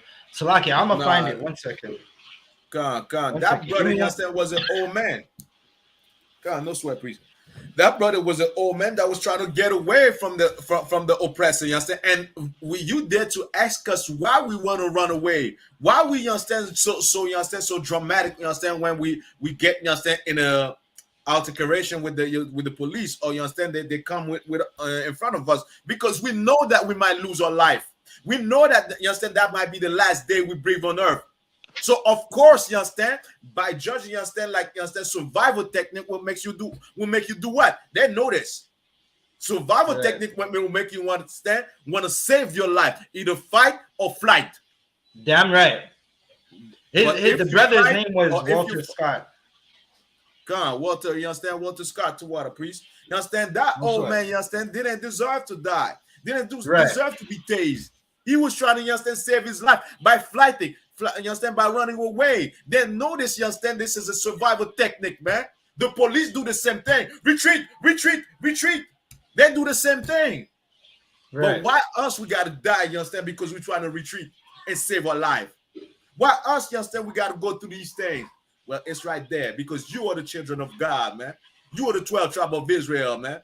And you understand, this nation, you understand, that's above you, have no type of sympathy or type of humanity, man. So like I appreciate. Nah, what you're saying is definitely heavy. That is definitely true as to why this happens to us, because no one has compassion, especially the heathens that are above us, right? Like I was asked a question the other day. Sometimes brothers and sisters, they hear us and it seems like we're harping on Edomites way more than we do the other nations, right? It's just that Right. Edomites are the chief of these nations, right? The other nations wouldn't really have a problem with us if it wasn't for Edom, because Right. Edom is in power. The other nations do what Edom wants. And I'm gonna actually answer Adiar's question with a scripture, right? Barak, if you could, or Adiar, can you get me on Psalms 83? Babakasha. This is Psalms 83. Babakasha. My favorite. Yeah, you know where I'm going. 'Cause listen, you can start at one. You could just start at one, Come on, please. Come on, right? please. We'll, Psalm we'll 83. read. We'll read 5 verses real quick for you. Babakasha. Come on, please. Come on. Psalm 83, chapter 1. That's just like that. Chapter 83, verse 1. Keep not thou silence, O God. Keep reading. Hold not thy peace, Keep reading. and be not still, O God. This is a prayer to the Lord asking for justice. This is black people, Hispanics, and Native Americans praying for justice. The same thing we always do. You go to a Native American, they ask the Great Spirit, right? Listen, it's kind of up and down. We pray to the Most High. It's Salakia. We ask for help from our power. That's what I'm trying to tell you in a nutshell. We've been asking for help. Keep reading. Come on, priest. Verse 2. For lo, thy enemies make a tumult, Keep and reading. they that hate thee have lifted up the head. The enemies they're coming together and they're getting big-headed, just like all these nations. Listen, you'll get the Salakia, the shortest Edomite, walk up to the biggest brother because he thinks he has power and talk smack to that brother. Like, this man's not gonna roof you. The brother's about to throw you on the roof in 2.5 seconds. But you have, because the Edomites are big-headed, you have the smallest Edomite thinking he can talk to any brother. You have the tiniest of the Moabites who thinks he's doing the crouching tiger, trying to get at a brother, and a brother, even the brother that doesn't know how to fight, is going to destroy him. Right? Keep reading. Verse 3. They have taken crafty counsel against thy people. That is why. This is answering Adiar's question right here as to why it's only us that's being destroyed in the streets of our cities, why we're being harassed, why we're being unalived, right? Because these nations, they've decided to come together with crafty counsel, drugs in our community, the abortion clinic, right? The horrible things that they sell to brothers and sisters. Those loose cigarettes on the corner store, that's crafty counsel. Salakia. Keep reading. And consulted against thy heathen ones. Keep reading. Verse 4. They have said, come and let us cut them off from being a nation. Let us cut them off from being a nation. This is what they are trying to do. Stop blacks, Hispanics, and Native Americans from recognizing we are one family. They separate us. They tell us we're different, even though we have the same oppressor. We got the same oppression and the same face of oppression. We speak a language that's not our language. We don't remember our history. Our history is so whitewashed, right? They feed us poison and Salakia, unalive our children. No matter from Mexico, from Argentina to the top of Canada, this is what's happening to Blacks, Hispanics, and Native Americans, as well as all over the world. Keep reading. Come on, priest. Two. That the name of Israel may be no more in remembrance. Right, and that's basically to answer, right? The next verse basically tells you that they've consulted and they are confederate against the Most High and his children, so-called Blacks, Hispanics, and Native Americans, right? And this is why you're not going to see a Arab get beat up in the streets as you would see a so-called brother get beat up in the streets, right? Right. Barak, are you still with us? Khan. If you could, can you take us to the part of the article where it talks about Rick Shank beating the other brother? Khan. 1 second. So basically, if I keep reading, Shank and others were accused in a lawsuit of beating a young black man in December of that year.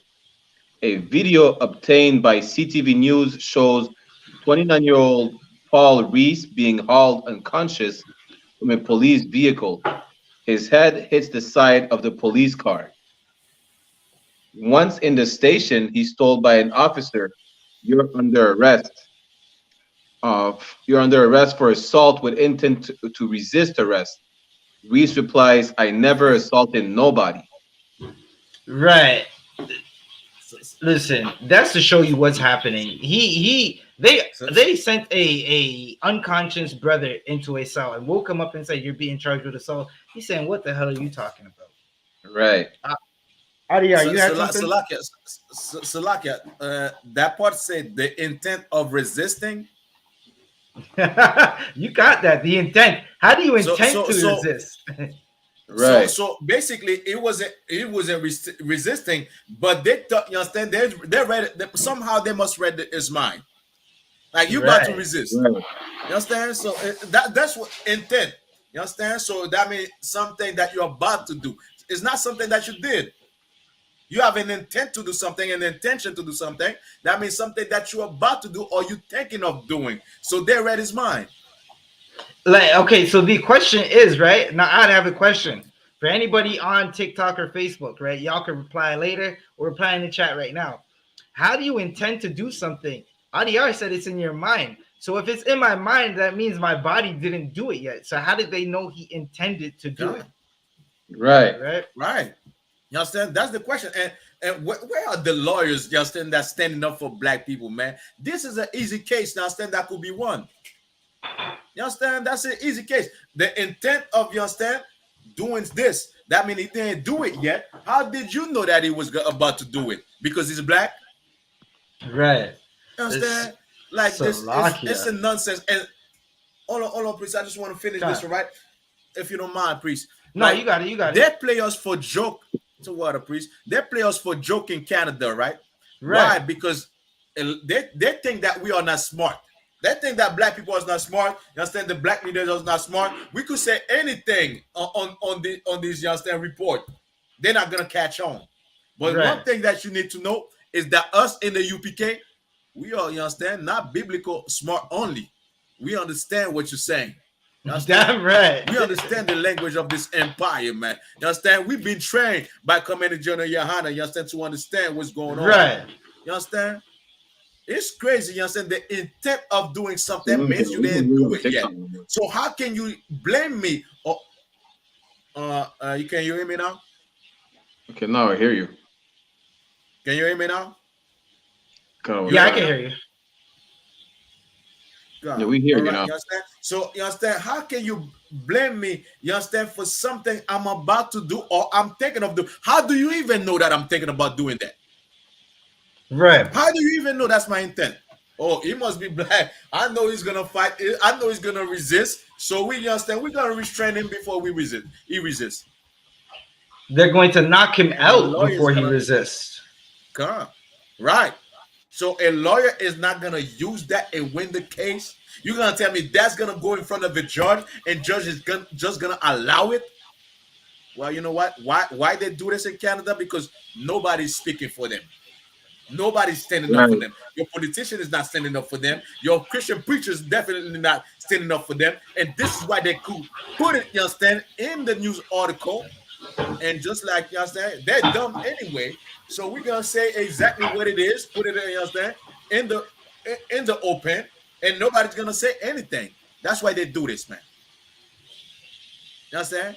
Like the question is, how can you understand you know the intention of somebody? My intention is that understand something that's in my brain. How do you know my intention, Mr. Policeman? How do you know that I'm, you understand, gonna go against you or trying to save my life? For you exactly, you understand, to put me in a coma. You understand? Like I can, like this, we living in hell. You understand? You don't have to go down, you understand, underneath the earth to go to be in hell. You understand? You don't have to Blah. put yourself underneath the earth to be in hell. We are living in hell. You understand? So like Now, what you're saying is definitely heavy. We definitely are living in hell, right? It's a horrible thing. This brother was knocked out. What Barack's gonna read in the next paragraph is going to let you know that the person that they set over Blacks, Hispanics, and Native Americans in Toronto is going to cause more violence to Blacks, Hispanics, and Native Americans in the city of Toronto. Barack, can you read the next paragraph, Bubba Kashaw? It reads, Reese claimed Shank and others had beaten him at a cemetery on the way to the police station after an arrest in a traffic stop that turned into a melee in his family's home. One second. They beat him where? Reese claimed Shank and others had beaten him at a cemetery. If these oppressors ain't over us, ain't monsters, I don't know what else is going to tell you that they're monsters. They took this brother to a cemetery to beat him. This man has already unalived another brother, and they took him to a cemetery to beat him. What do cemeteries don't have, Barack? Like people who are alive. Cameras, Barack. They don't have cameras, Barack. God. In the nighttime, it's pitch black. It's zombies and goblins, Barack, in the cemetery. Like, what? Good night. They're ghouls. They are monsters. They are Dr. Franklin Chine's creation, Salakia. Like the Toronto police is a force full of Freddy Kruegers, Jasons, and Michael Myers. Right? Every supervillain you can think of, every evil person you could think of is in that Toronto Police Department, as well as the Montreal Police Department, and any police department that's over Blacks, Hispanics, and Native Americans. Damn devils. Right? Now, listen, we're going to jump down because I want to get to these next stories. Like, we can go on for about 3 hours. We spent an hour and a half down there talking about this police officer. God. It's such a horrible thing that's happening in Toronto, right? Slovakia. I don't know. Listen, I'm gonna read this one part, and then Barack, you can jump down to N97, so we can read the second unaliving that Rick Shank did, right? Reese sued for $7 million, and the lawsuit settled out of court, according to reports at the time. Why do you settle lawsuits out of court? If I may. Okay. They're not trying to make it public or make it known what happened during the incident. If Shank in that case or any other police officer involved was ever guilty of or wrong in any actions they took, right? They're just not trying to make it public to tarnish their image or the image of the police department. You are definitely right? Another reason for a settlement out of court is because the person settling is guilty, and they know if this goes before a jury or a judge or anybody with common sense, they're going to lose more than they're going to lose the whole $7 million, because that's what he's suing for, right? They're going to lose the $7 million, So they said, we'll just settle for an undisclosed amount, right? This brother, Right. he got paid, right? Who knows what the amount was, but he got paid. The police said, we're guilty. We're just going to give you the money because I'm not giving you any money if I'm not guilty. Like, what's the point? Right. Now, Barack, if you could read let's find out what happened to this. This would be, I guess, the third victim of the head of what they call him again? Salakia. The head of Toronto's professional standard unit, Rick Shank. Okay. Let's see what else he did. In 1997, Shank shot Hugh Dawson 9 times as he sat in his driver's seat, unarmed, in a drug bust. 1 second. Barack, I need that one more time. Kawakan. In 1997, Shank shot Hugh Dawson 9 times as he sat in his driver's seat, unarmed, in a drug bust. And then Shank went to jail, right, Barack? That's what it says next. Shank was charged with murder because the brother had no gun. He didn't point it. He didn't attempt to flee, right? So he must have went to jail, Barack. Is that what it says? If I keep reading, it says Shank was charged with manslaughter, a charge that led first to a hung jury and then an acquittal, which Shank noted for a Toronto police first killing 2 people. 1 second, Barack. You know manslaughter is a charge of not intending to unalive someone, right? Kawakan.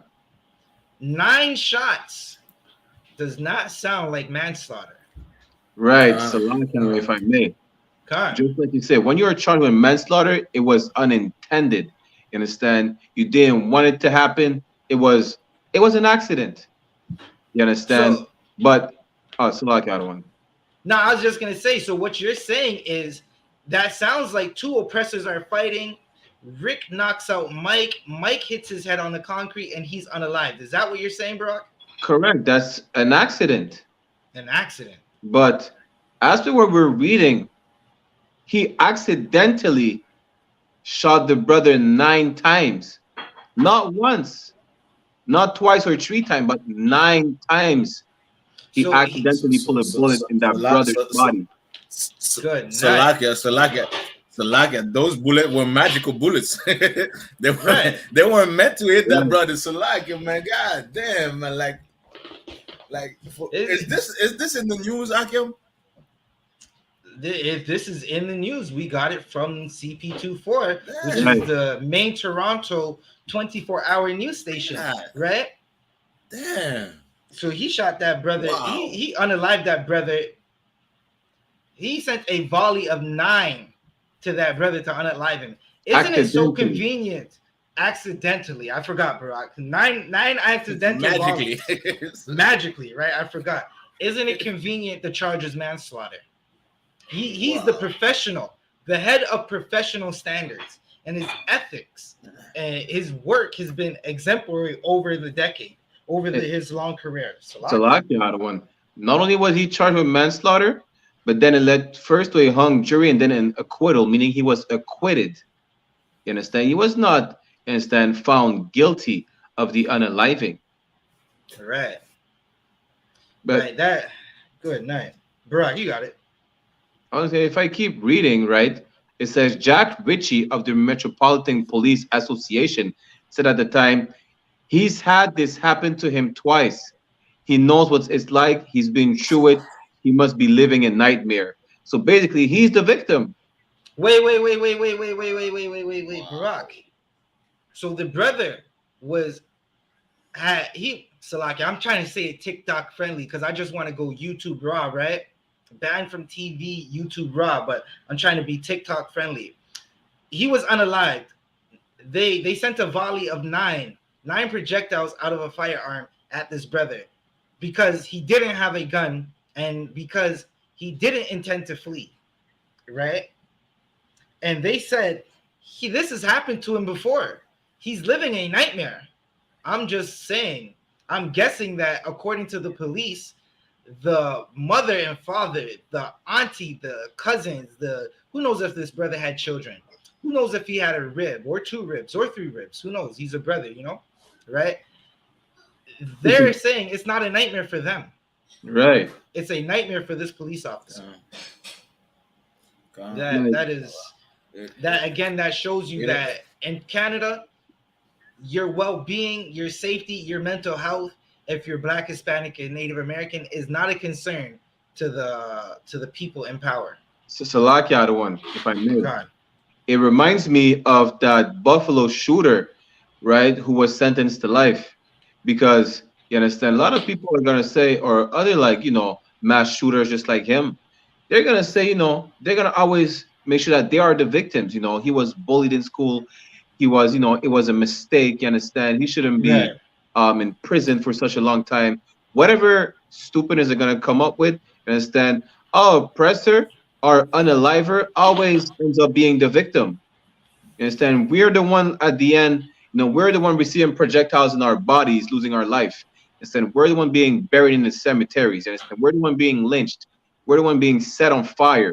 You understand? We're the one being sexually and physically and mentally abused throughout the years for more than a millennium. But then somehow the one committing those atrocities to us and always end up being the victims. Right. So like if I may, and what you say about Kala, just go back to Deuteronomy chapter 28, verse 50. A nation of a fish continent, they don't have no sympathy for the victim. You understand? They're gonna take about that cup that you understand that put 9 bullets, you understand, in this body, in this black man body, and say, well, the cop is the victim. You understand? The cop had trauma. What happens to us dying? That's just like you said, what happened to the family that just lost a family member? That's not traumatic enough. How much trauma do you want us to go through, man? Right. You understand? That's not traumatic enough to lose a member of your family. Meanwhile, that brother was just sitting in his car. How can that be an accident? How can that be, you understand, something, you understand, that you didn't intend? You shot him 9 times. You understand? Right. You shot him 9 times. That's definitely horrible. How can that be that not be something that you understand that you plan to do? You didn't just, you understand, stay there where I didn't play my finger trigger is just itching, Officer Zabajo. It's just, you understand, I didn't have no control of my finger trigger. Right. It's just, you understand, it just let loose. And meanwhile, you a trained police officer. Well, you understand? And all this is showing exactly what's going on out there. All this is showing, you understand, who we are. All this is showing, you understand, why not, you understand, instead of living a crime life, instead of being, you understand, just Negroes out there, you understand, the N-words out there, why not be priest and prophet of the Most High with some dignity, with some, you understand, flavor? Just like you see Officer Zabaja, just like you see Officer Barakala. Why not be that? You understand? And just show out, you understand, in front of them and be like, you know what? I'm better than you. Now, if you unalive me, they will know that I was a man, a righteous man, a man of integrity, a man of knowledge. And you don't right, you understand? Why not be that? If we be that, they're not gonna come in the neighborhood. We don't have to sell drugs. We don't have to, you understand, to sell narcotics. You understand? We don't have, you understand, to be in the gang, street gang. You understand, the blue, you understand? I heard the street gangs over here, the Prophet Boys or whatnot, you understand? We don't have to be that. Why not be, you understand, so-called Black, Hispanic, and Native, and the 12 tribe of Israel, Yasharala, you understand? The princes of the Most High. Why not be princes? You understand? Wearing nice garment, you understand? Nice pieces and everything, and just go out there, you understand, and show that we are people, you understand? A wonderful people. We don't do drugs. We don't do, you understand? We're not involved in prostitution and all these type of things. Why not show that? Then when they unalive us, then we could come to the court, you understand? Full, you understand? 1,000 men in the court and be like, nah, we're not gonna take this no more. What about we do that? Cut off a con. Hey, no sweat, other one. Officer Zabaja stepped out for a minute. He's gonna be back in a few. You understand? But yeah, let's end it on this topic. Let's go on the next topic. You understand? I don't know what you want to touch on because we have Sierra. You understand? Promoting being an independent woman. Salakia, I'm gonna give it back to Officer Zabadia. You understand? Nah, you're Tawab. You're Tawab. You got the right direction. We're gonna go with Sierra. All right. So let me pull out the article about Sierra. Right. So apparently, a married woman with children it's telling other sisters out there to be independent and single and get their own money, get their own bag for themselves. You understand? I want to know how. Let me ask a question for Facebook, YouTube, and TikTok because they're streaming on all these three platforms, right? So how does that make Oh, sense to you? Salakia, Barak. Okay. Barak, Salakia. I had a question to ask, right? I just remembered about this. I have a question that I'm going to ask TikTok, Facebook, and YouTube, right? If you've been watching the I.S.U.P.K platform, use any I.S.U.P.K platform, you'll see many priests and prophets asking this question, right?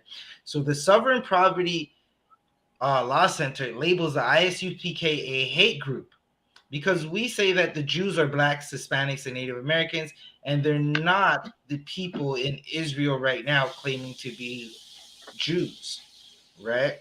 So they label us a hate group.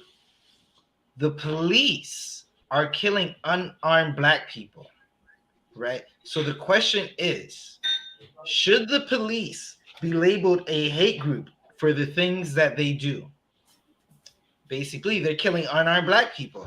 Should the police be labeled a hate group? The I.S.U.P.K is labeled a hate group because of the Southern Poverty Law Center. Yeah, Should the police be labeled a hate group because they are unaliving unarmed black people, or because what they do to black people? That is a question.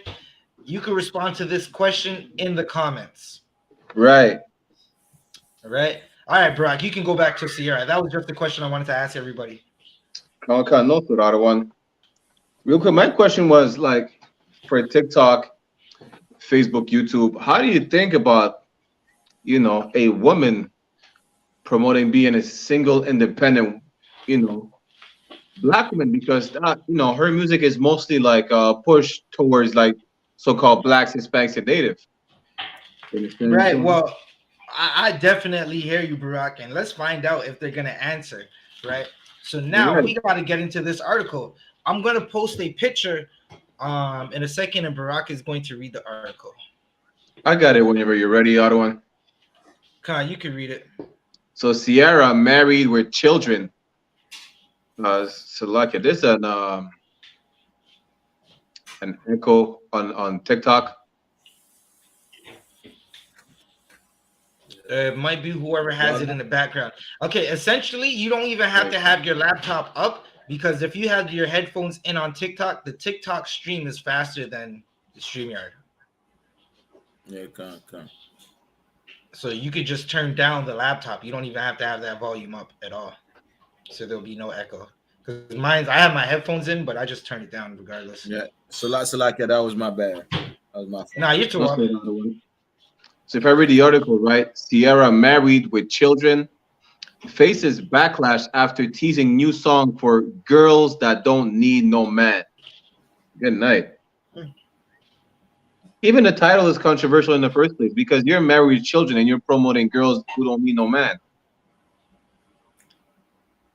Yeah, they song girls. It's for the girls. Good night. Salakia. Oh, go ahead. Priest. Go ahead, Ottawa. No. Go ahead with the article because I don't want to say that I mean something that's already in the article. Khan. Some Sierra fans aren't too happy about a new single the singer has just released, suggesting that the lyrics are hypocritical of the lifestyle she lives. In a recent post on Instagram, the Goody singer and dancer teased her new song entitled For the Girls, where she is seen in a studio singing, "This is for the girls getting their money." Salakia, this is for the girls getting money. This is for the girls that don't need no man. This is for the girls who's in love with theyself. This is for all the girls who done it by theyself. Salakia. This reminds me of Beyonce's Single Ladies tune, She was singing about I'm a single lady, while being married to Jay-Z. Now, how does that even make sense? All right. So Barack, what we're understanding is this is a sister that's married. She got a whole billionaire, right? She Right. got the okay. Ah man, I don't even know where to start. Listen, Right, because y'all Salaki, remember what was going on when Russell started courting Sierra and when he actually married Sierra and what he said? Do y'all remember like the whole saga? there's too much thing I remember about Sierra that I wish I didn't know first in the first place. All right, listen, I'm gonna break it down for you, right? Sierra, Future were like Future was ribbing Sierra. He put a bun in the oven, right? He shot the club up, right? They had little Future. They separated. They gave two different sides for the separation. Future said she wanted to have the Kim Kardashian TMZ wedding. I didn't want that. Sierra said the nigga had extra ribs on the sides, right? So that's why they ended the marriage. Then we say the marriage because if you're sleeping with a sister or a sister sleeping with a brother, you gotta keep each other. Salakia, you're married.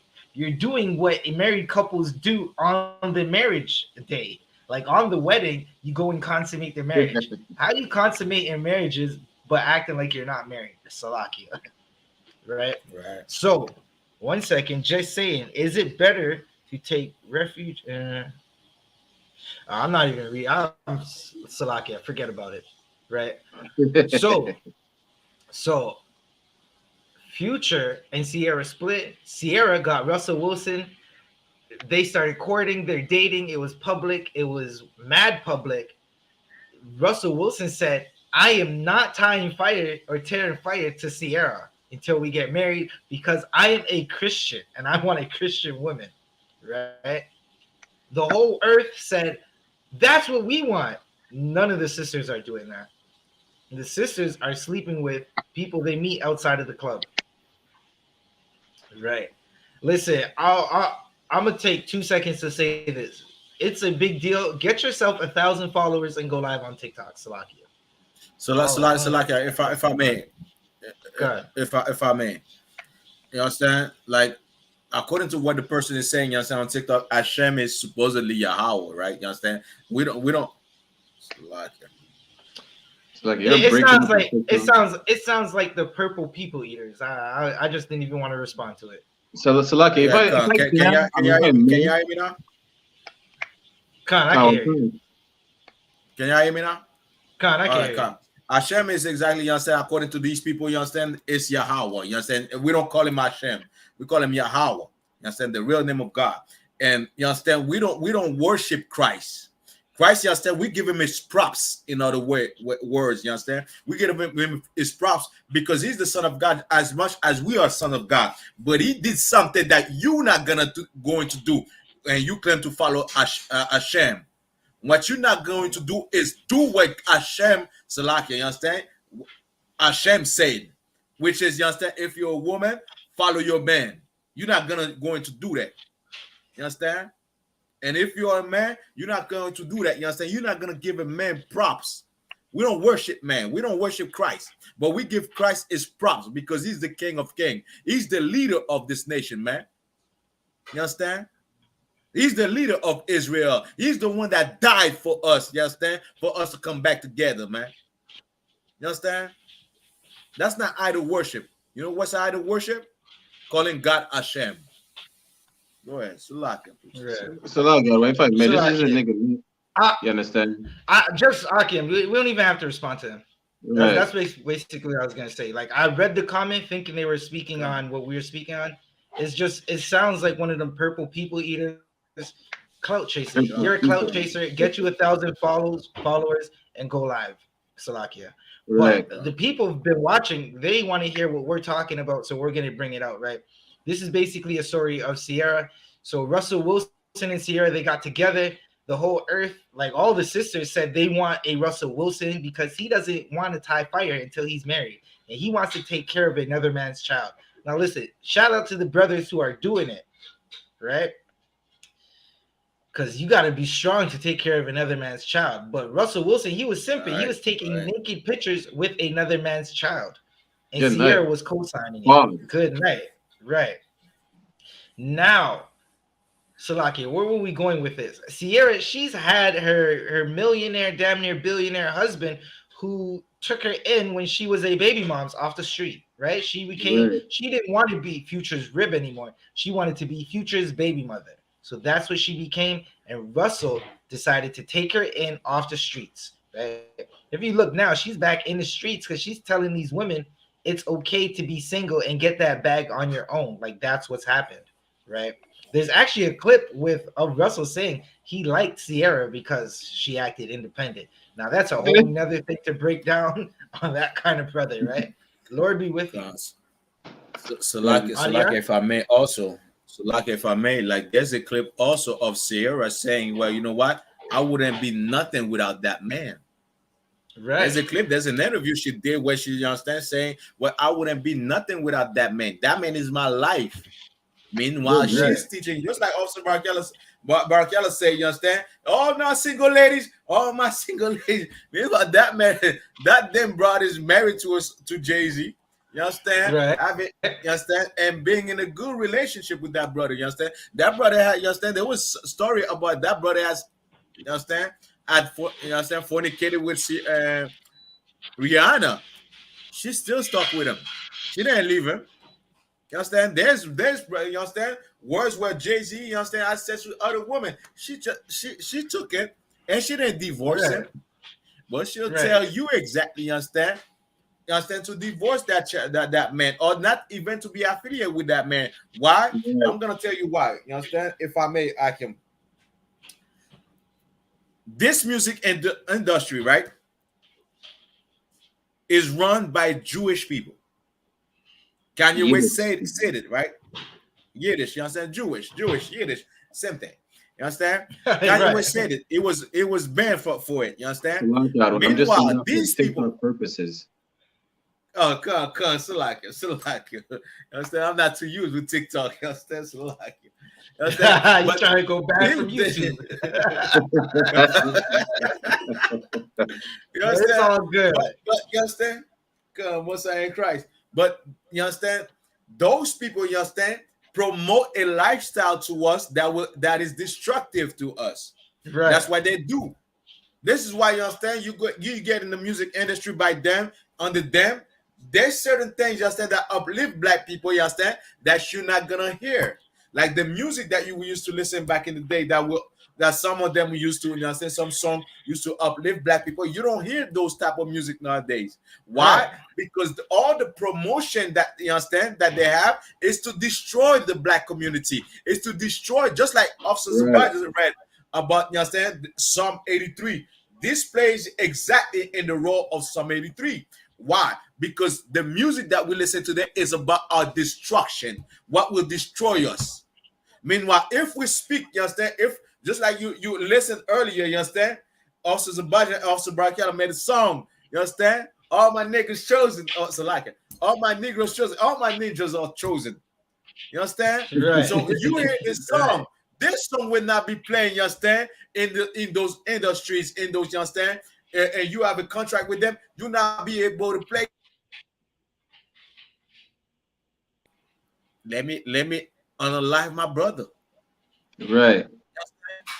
Let me just treat that woman like garbage. I've, you know, fornicate with her and leave her.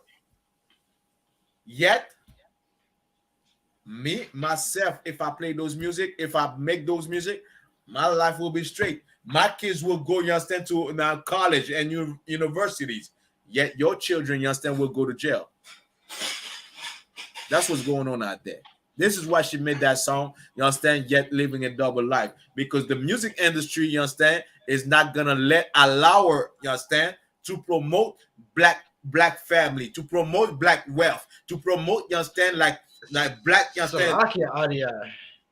Go ahead, I say I had to step in for a quick second, Adiyar. Salakia. I know sometimes I'd be cutting brothers off and I'd be stepping in, but Adiyar, you're going into the question that I got for everybody, because I got questions It's the rise. The rise of questions in Canada. We're questioning everything. We're asking questions. You say I'm black, I'm saying who am I? If you tell me you're Jamaican, I'm asking who are you? Right? Sierra said, Barack, can you read those lyrics one more time? Good night. I got a question. Salakia, Adiyar. If I could, Adiyar. If I could. Salakia. No, of course you got it, priest. Yeah. Right. I appreciate the brotherhood, Adiyar. Right? Again, the I.S.U.P.K is home of brotherhood. Salakia. Hey, Shalom, Lord in Christ. Ayar Ban Yashakar. Episode 15. Yeah, brother. Love, praise YAHANNA. Right. But Barack, can you read those questions? Those lyrics. We're talking about Sierra and her independent movement. And then I'm gonna share something for you if you're watching us on StreamYard. If you're watching us on StreamYard, I'm gonna share something for you. If you're watching on TikTok, tap that screen and share the stream. Tap the stream and share it. Tap the stream and share it. Hit the like button on Facebook and YouTube as well and share this video. Share this stream. Barack? So basically, Sierra was saying in her song, right? This for the girls getting money. This is for the girls that don't need no man. One second, Barack. They getting money and they don't need a man. That's what she said. She getting money and she got a man. So lucky, Barack. Barack, can I get some more lyrics? Right. This is for the girls who's in love with they self. This is for all the girls who done did it by they self. Hey, wait a minute. She didn't get that baby by herself, Barack. That's not. Right. I don't know what they teach in the Christian church, but a man put that baby in her 3 times, Barack. Salakia. Salakia, if I may, before Barack goes, right? And the woman accomplishment also is, you understand, the baby that she has is one of the biggest accomplishment that a woman could have. You understand? Damn right. So what you mean? So what do you mean by, you understand, like, you understand, you made it by yourself, you accomplished something without a man. Meanwhile, that baby that you carry comes from a man. You needed that man, you understand, to have that baby. That's your biggest accomplishment that you could ever have in this life, black woman. Don't follow this, you understand, feminist.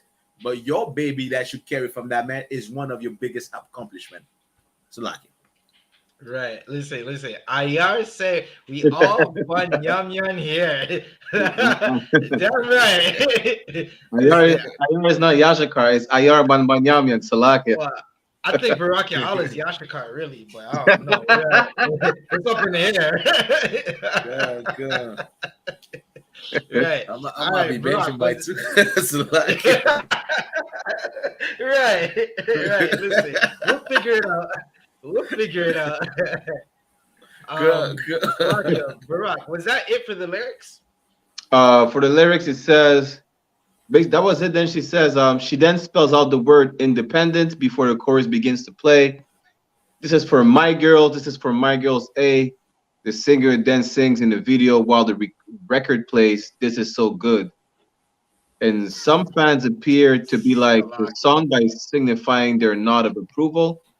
Yet, it's saying, one fan said, us women not playing in 2023, go off, sis. We finally learning to put us first and walking away from anything that's not aligning with our purpose or giving us the desires of our heart. And I love that for us. Let's go, one fan commented. Another one said, Barack. Oh, you got another one. Okay, Barack, you got it. Another one said, yeah, she's clear. It's the correct. She says, Chale. That Atlanta flow never leaves you, and I'm proud. Hey, another wrote. Oh, Barack, that was not the consensus of every woman. And that's why we're even talking about this. Because sisters are waking up to the bullshit, right? Come on, hold your peace for a second, Barack. Sisters be waking up to the bullshit, right? So my question is, because Sierra is a woman of color, right? A black woman, however you, a Negro. She makes music for Blacks, Hispanics, and Native Americans, right? People of color, right? Is the song that she's making, is this an attack on the black community, on the black household and family structure? Because she's talking about the total opposite of what she's living, right? What Ah. she's talking about is the total opposite of her lifestyle. So is it an attack on the black community? That's my first question, right? Now, if everyone looks at the screen on YouTube, the reaction from women in the world is not what you think it is. They are not feeling this. They are disappointed and angry with Sierra. Listen, someone said Russell Wilson's reaction. I'm going to read some of these tweets and some of these memes for the TikTok world, right? Russell Wilson's reaction to Sierra's new song, For the Girls. They have a crying Russell Wilson face. You know when he lost the Super Bowl and he was crying? They have a crying Russell Wilson face. You don't need me? Question mark. Sierra's smiling. I'm trying to sell some records. Listen. Now here's the second question. Remember, the first question, is this an attack on the black community because Sierra's making music contradictory to her lifestyle and her core audience is black and Hispanic women? The second question is, does Sierra believe the lyrics that she's saying? Like, does she even believe that women have to be independent and get their own money? That is the question, right? We got to get to some more of these memes in a second. Okay, what's y'all take on it? It's a lockout one. What I wanted to say is that, you know, as soon as I stop reading, well, the next paragraph, it goes into what other sisters have to say about her song, who are not agreeing with Sierra at all. They're saying, you know, that's la Atwa, basically. You understand? If I could just start with this one, right? It says, but others had choice words for the 37-year-old mother of three. One said, this is embarrassing to watch a married woman sing a song like this. You do not care about the black women in your community, one fan wrote. Right. You could easily make love songs since you are in love with your husband, but you are purposefully choosing to make a doing that will encourage the women in our community to stay single because you know that's what sells and makes money. Please make it make sense. Bring back love songs and stop trying to rob your community. Well, Barack, what exactly what Officer Adiyar said earlier?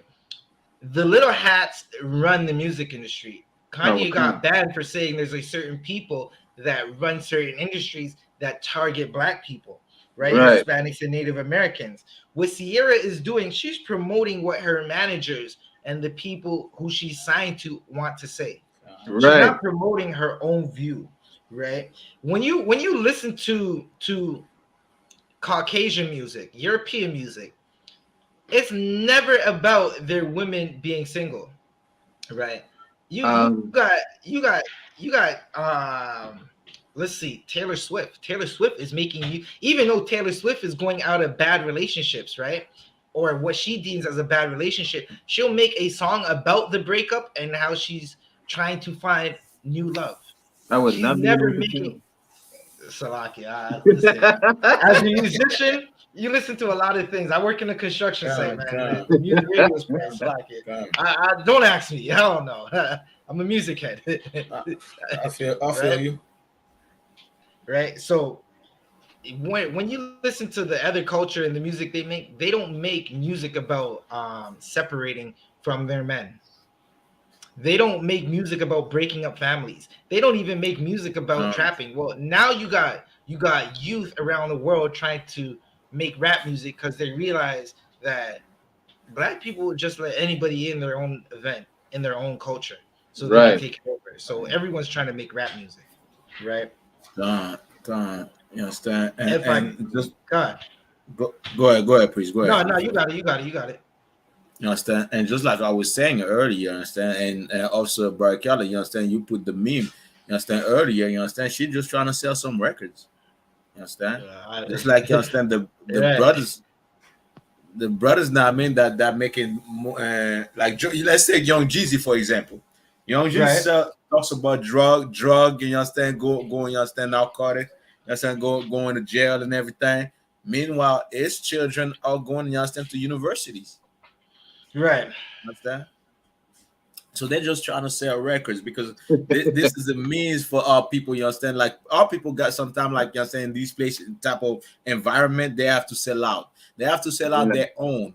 You understand? Try to make it. You understand? And this is the sad thing because I remember I was watching. You understand? Like Indian. You understand? East Indian music, and they had a music that was going viral. You understand? Those two girls that went viral. You understand?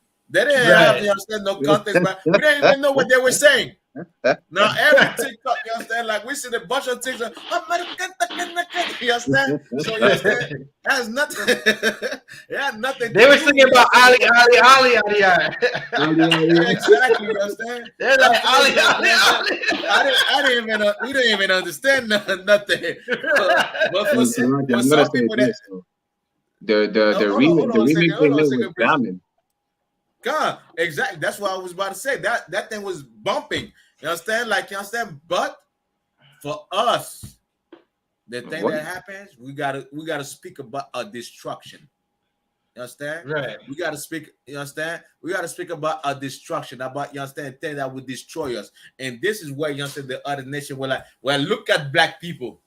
Look at what they sing about. This is, even though, you understand, the majority of people that buy our records, the majority of people that go to our concerts are white people. Right. Why is that? Right. You understand? That's another question. Why is that? Why the majority of the people, you understand, that buy our records and go to our concert are white people? Because they want to, you understand? I'm going to give you the answer. Because they want to hear about your destruction. They love to hear about you killing one another. They love to hear, you understand, about, oh, look at them. Yeah, it sounds nice, you understand? The woman is destroying their own household. You understand? She's having, you understand, relations, you understand, with this man, that man, that man. Meanwhile, my wife will not do this. They love that. Right. That's what's going on out there, man. And meanwhile, us in this poverty, meanwhile, us in this oppression, we just trying to sell records. We just trying to, you understand, get by. Well, you know what? Commander General YAHANNA gonna take away, you understand, take over the music industry. Believe it. Right. You understand? We're gonna take over the I.S.U.P.K is gonna take over the music industry. I don't care if you're in Haiti making compa, we're gonna take over. I don't care if you're in South America making salsa, making merengue, we're gonna take over. Bachata, we're gonna take over. I don't care if you're, you understand, in Europe, United Kingdom, making, you understand, the drill, we're gonna take over. You understand? And us in Canada, us in the you understand, United States, we're gonna take over that music industry. You're about to hear some real things. Matter of fact, we got two brothers, you understand, over here. Also Zabaja, also Barakala, you understand, making amazing music in Canada. You understand? We're about to take over the music industry, and you're gonna hear what need to be said. You understand? What is necessary to be said. Because, you understand, these other people, they're just trying to sell records, Akim. They're just trying to be relevant. And, you understand, the Jewish man, or the, you understand, the Khazarians, you understand, for, I don't think TikTok know Khazarians as much. The Khazarian, you understand, they want to make it, you understand, seem like, you understand, God, we can't talk about certain things, but we will.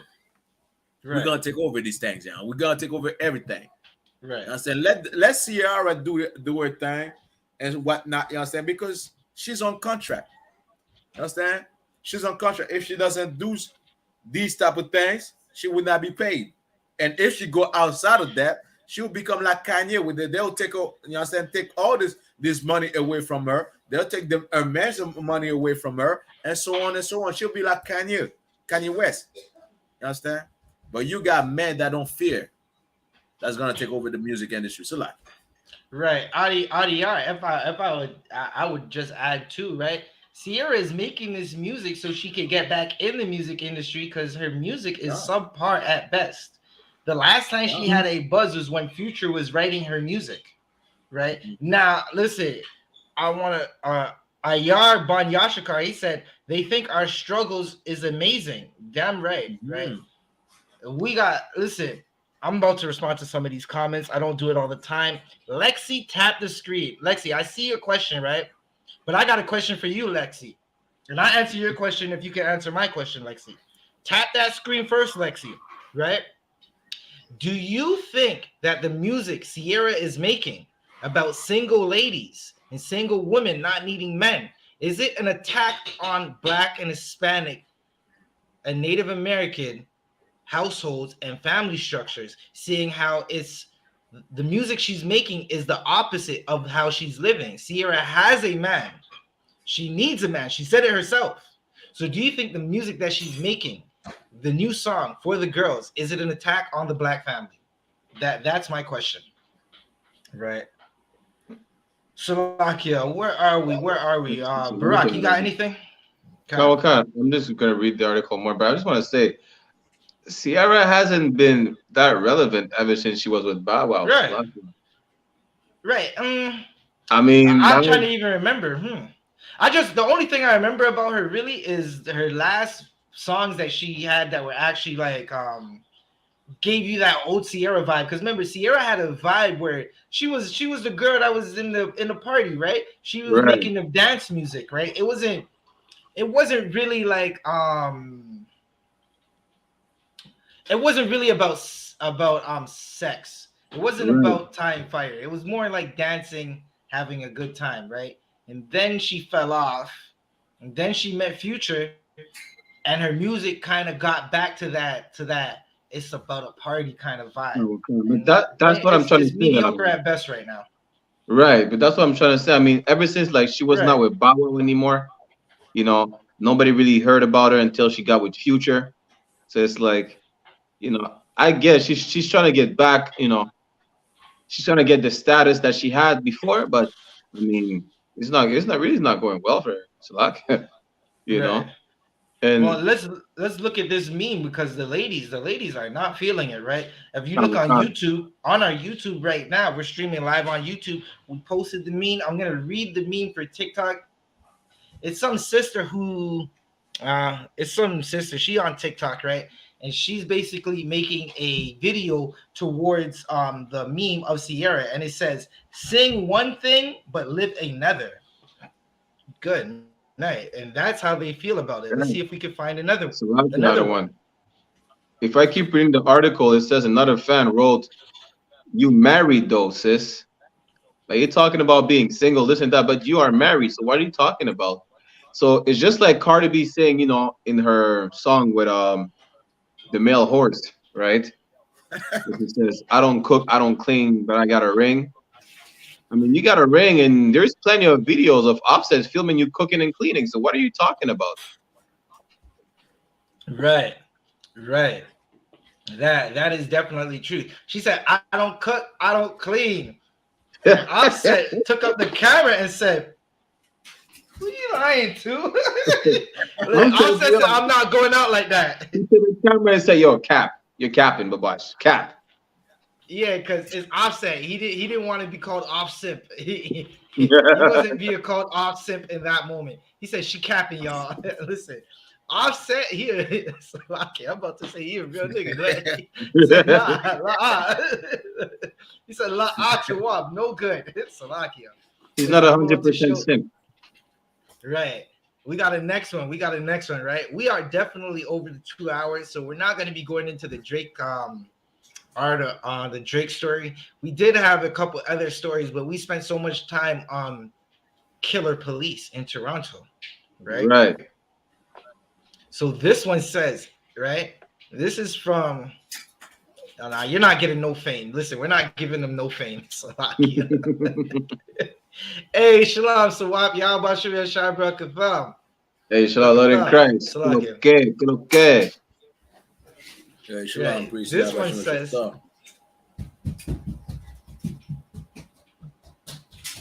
right, again, if you joined in with us, tap the screen, like the video, share it, and make sure that it gets shared on all algorithms. So right? One. This meme says, Khan.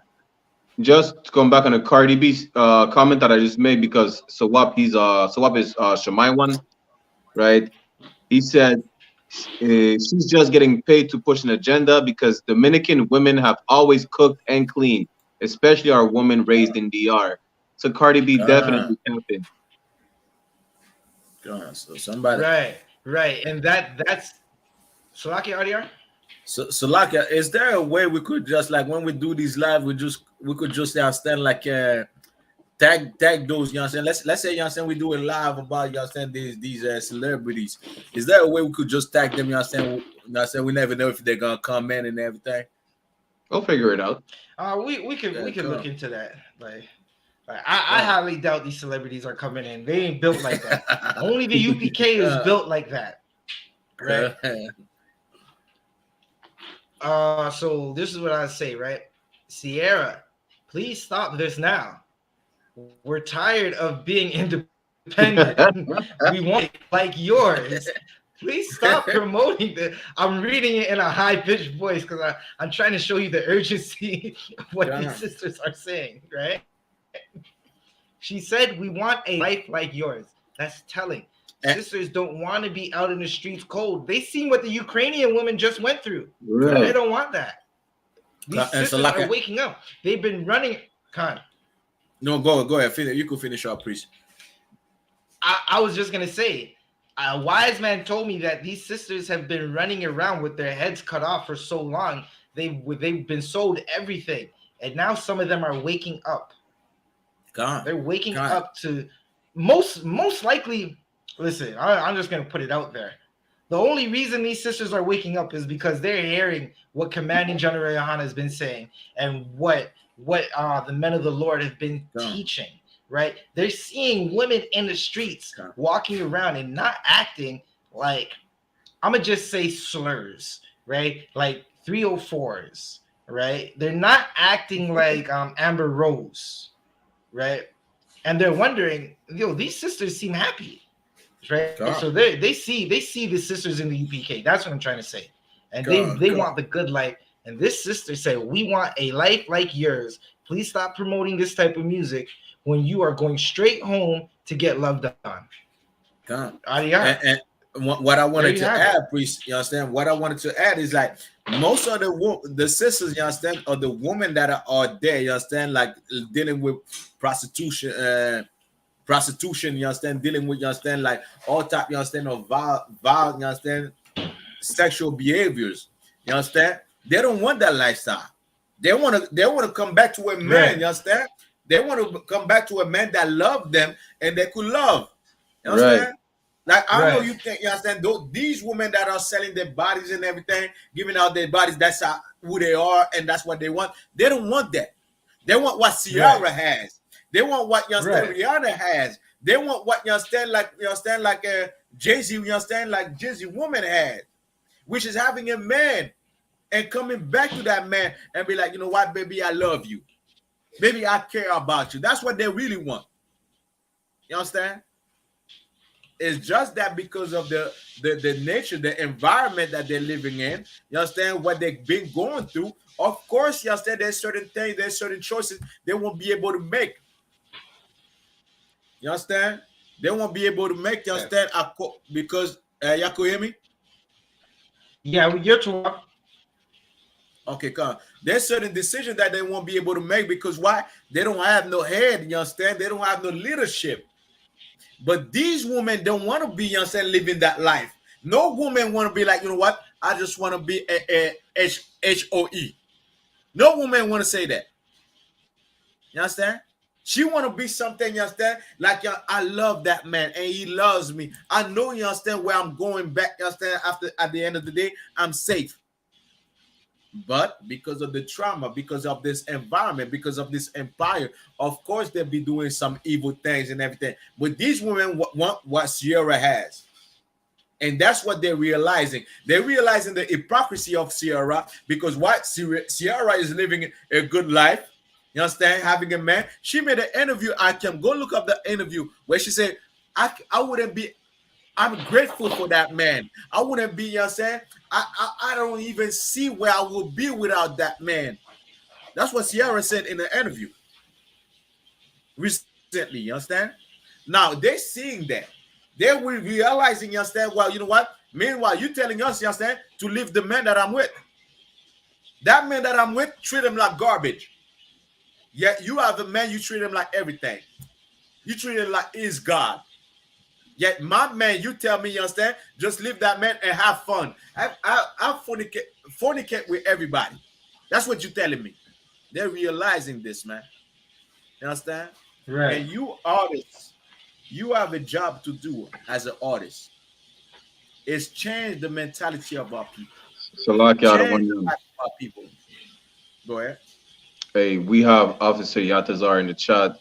Hey, Shalom out of one Understand? Chris on Hey, TikTok. shalom, Adawan, y'all, watch your some Shalom, y'all, but Understand? Yishup. You Saka. understand? We these boys, now I mean, not bully la you, no. You understand? So, they have a job to do. You understand? It's to promote exactly. You understand the wellness of our people, but they're not doing that. Why? Because again, you understand? Like whatever you understand, it's not Sierra fault. You understand? It's not Beyonce fault. It's not Nicki. You understand? Nicki Minaj is not our people, but it's not these women's fault. Why? It is the oppressor's fault, and this is why the Right. oppressor say the oppressor is the damn devil the Bible speak of. You understand? Because they are the ones, you understand, telling our sisters, telling our brothers, well, speak about that. Don't speak about, you understand? Kanye West said it, you understand, said it in one of his interview. They don't allow us, them to, you understand, even mention Jesus.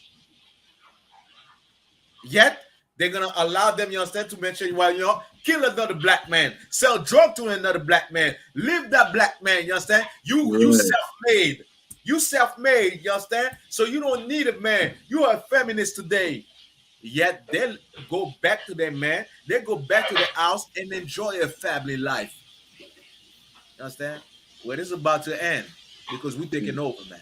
Salaki out of one, if I may. Go ahead.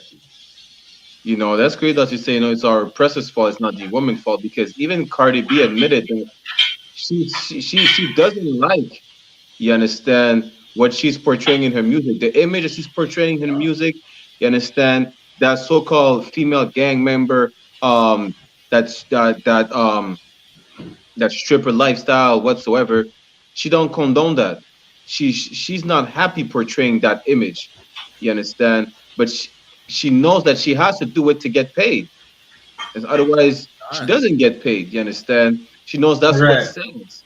You understand? She knows Right. sex sells, you understand. She knows like the image that she's portraying is that's how she's making her money, but that's not who she really wants to be, you understand. Even at some point she said that her music was playing and she's not letting her own daughter, or she would never let her own daughter listen to her music, because she knows that it's degrading to women, and she doesn't want her daughter to grow up like a, you know, I don't even know how to say it in English. I was gonna say femme de joie. Well, Like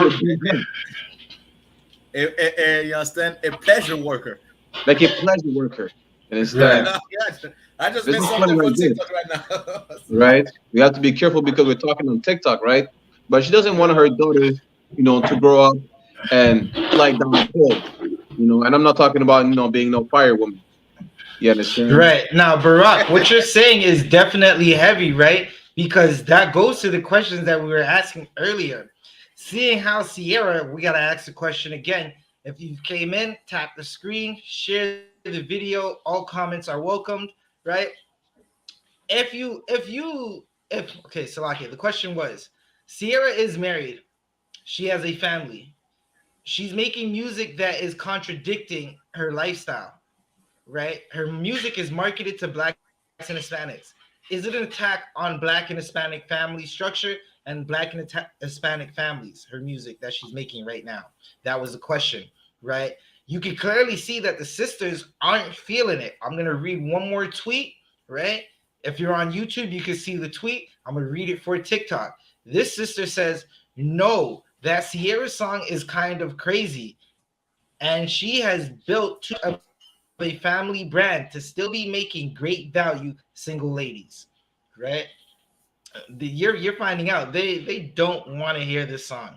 Right. They absolutely don't like that she's making this music because they want her life. They're saying she got the good life, right? That's what they're always talking about. A man that's gonna pay all the bills. Really, they don't want a husband. They want a daddy, right? Yeah.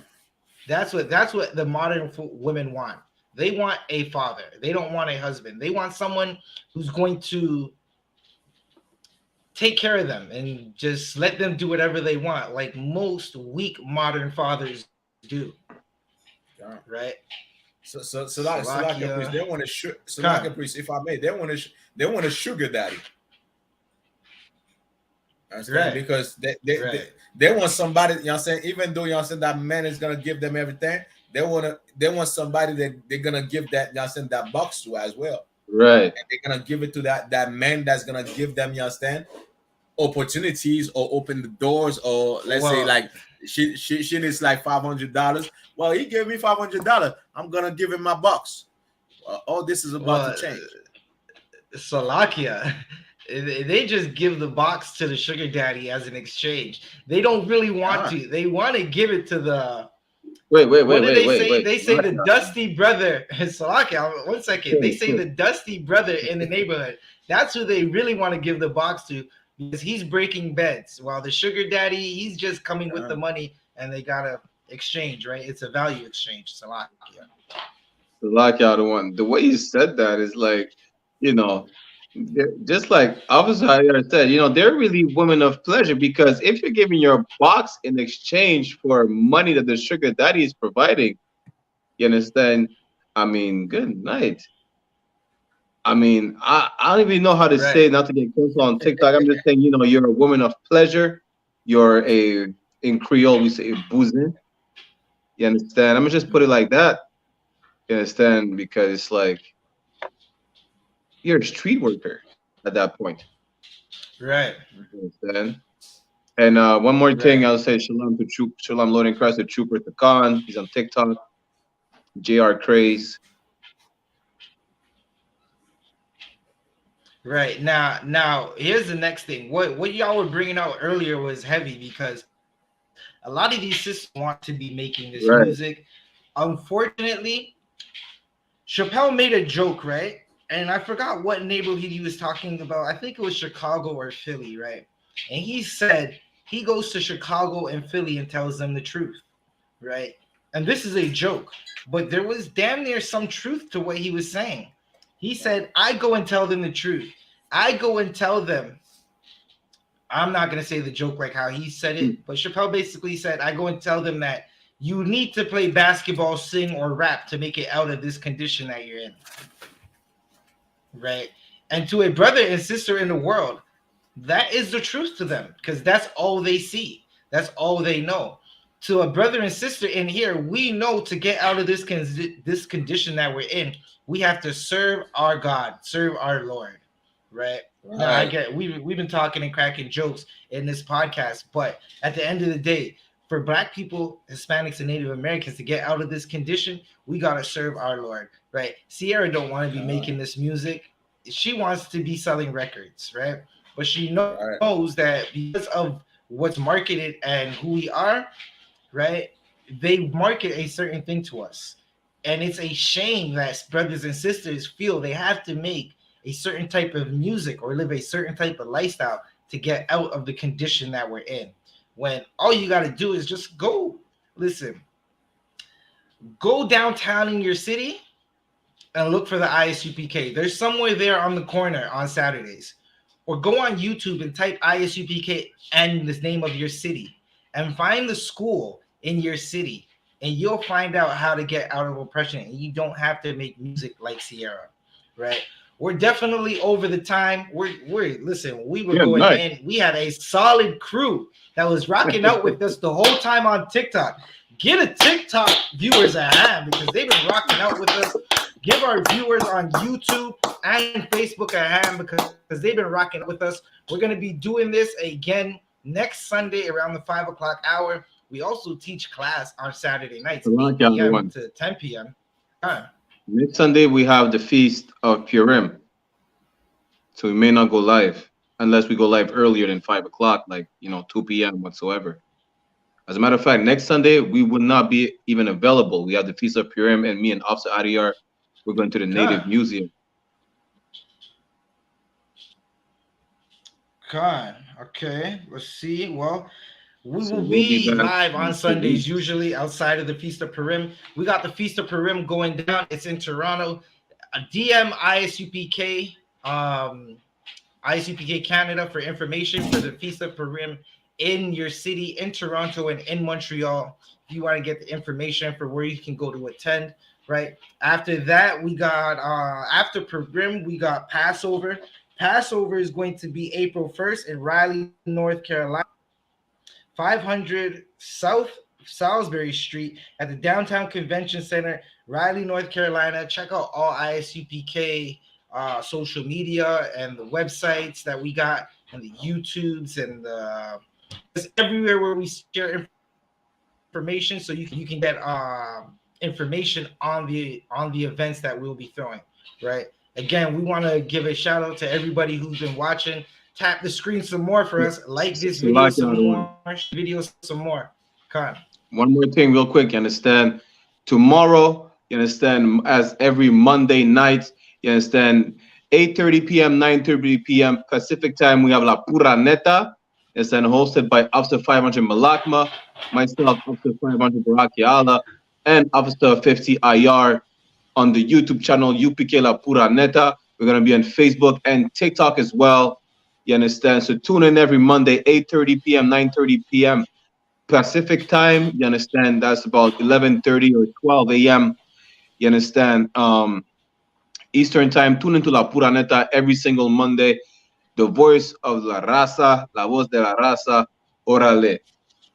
All right. If I may, for those that speak French as well, you understand, on va avoir exactement notre mini-série qu'on va recontinuer avec le Nouveau Testament est pour les Israélites seulement. The New Testament, you understand, is for the Israelite only. You understand? We have a little series that we do every Monday from 5 to 6 p.m. We'll go back at it, you understand, this Monday and tomorrow from 5 to 6 p.m. All right. Sometime it might be from 5 to 7, 5 to 6. You understand? We'll see. You understand? According to what the topic is. So we'll be, you understand, at it, you understand, tomorrow as well on I.S.U.P.K Quebec on YouTube, I.S.U.P.K Quebec on Facebook, and I.S.U.P.K Quebec on TikTok. All right. Hey, to all everybody coming out one more time. This is the I.S.U.P.K Canada, the Rise 1969. Shalom. Hey, Shalom, Israel. Hey, so like Christ. Select it. Don't end the live on StreamYard.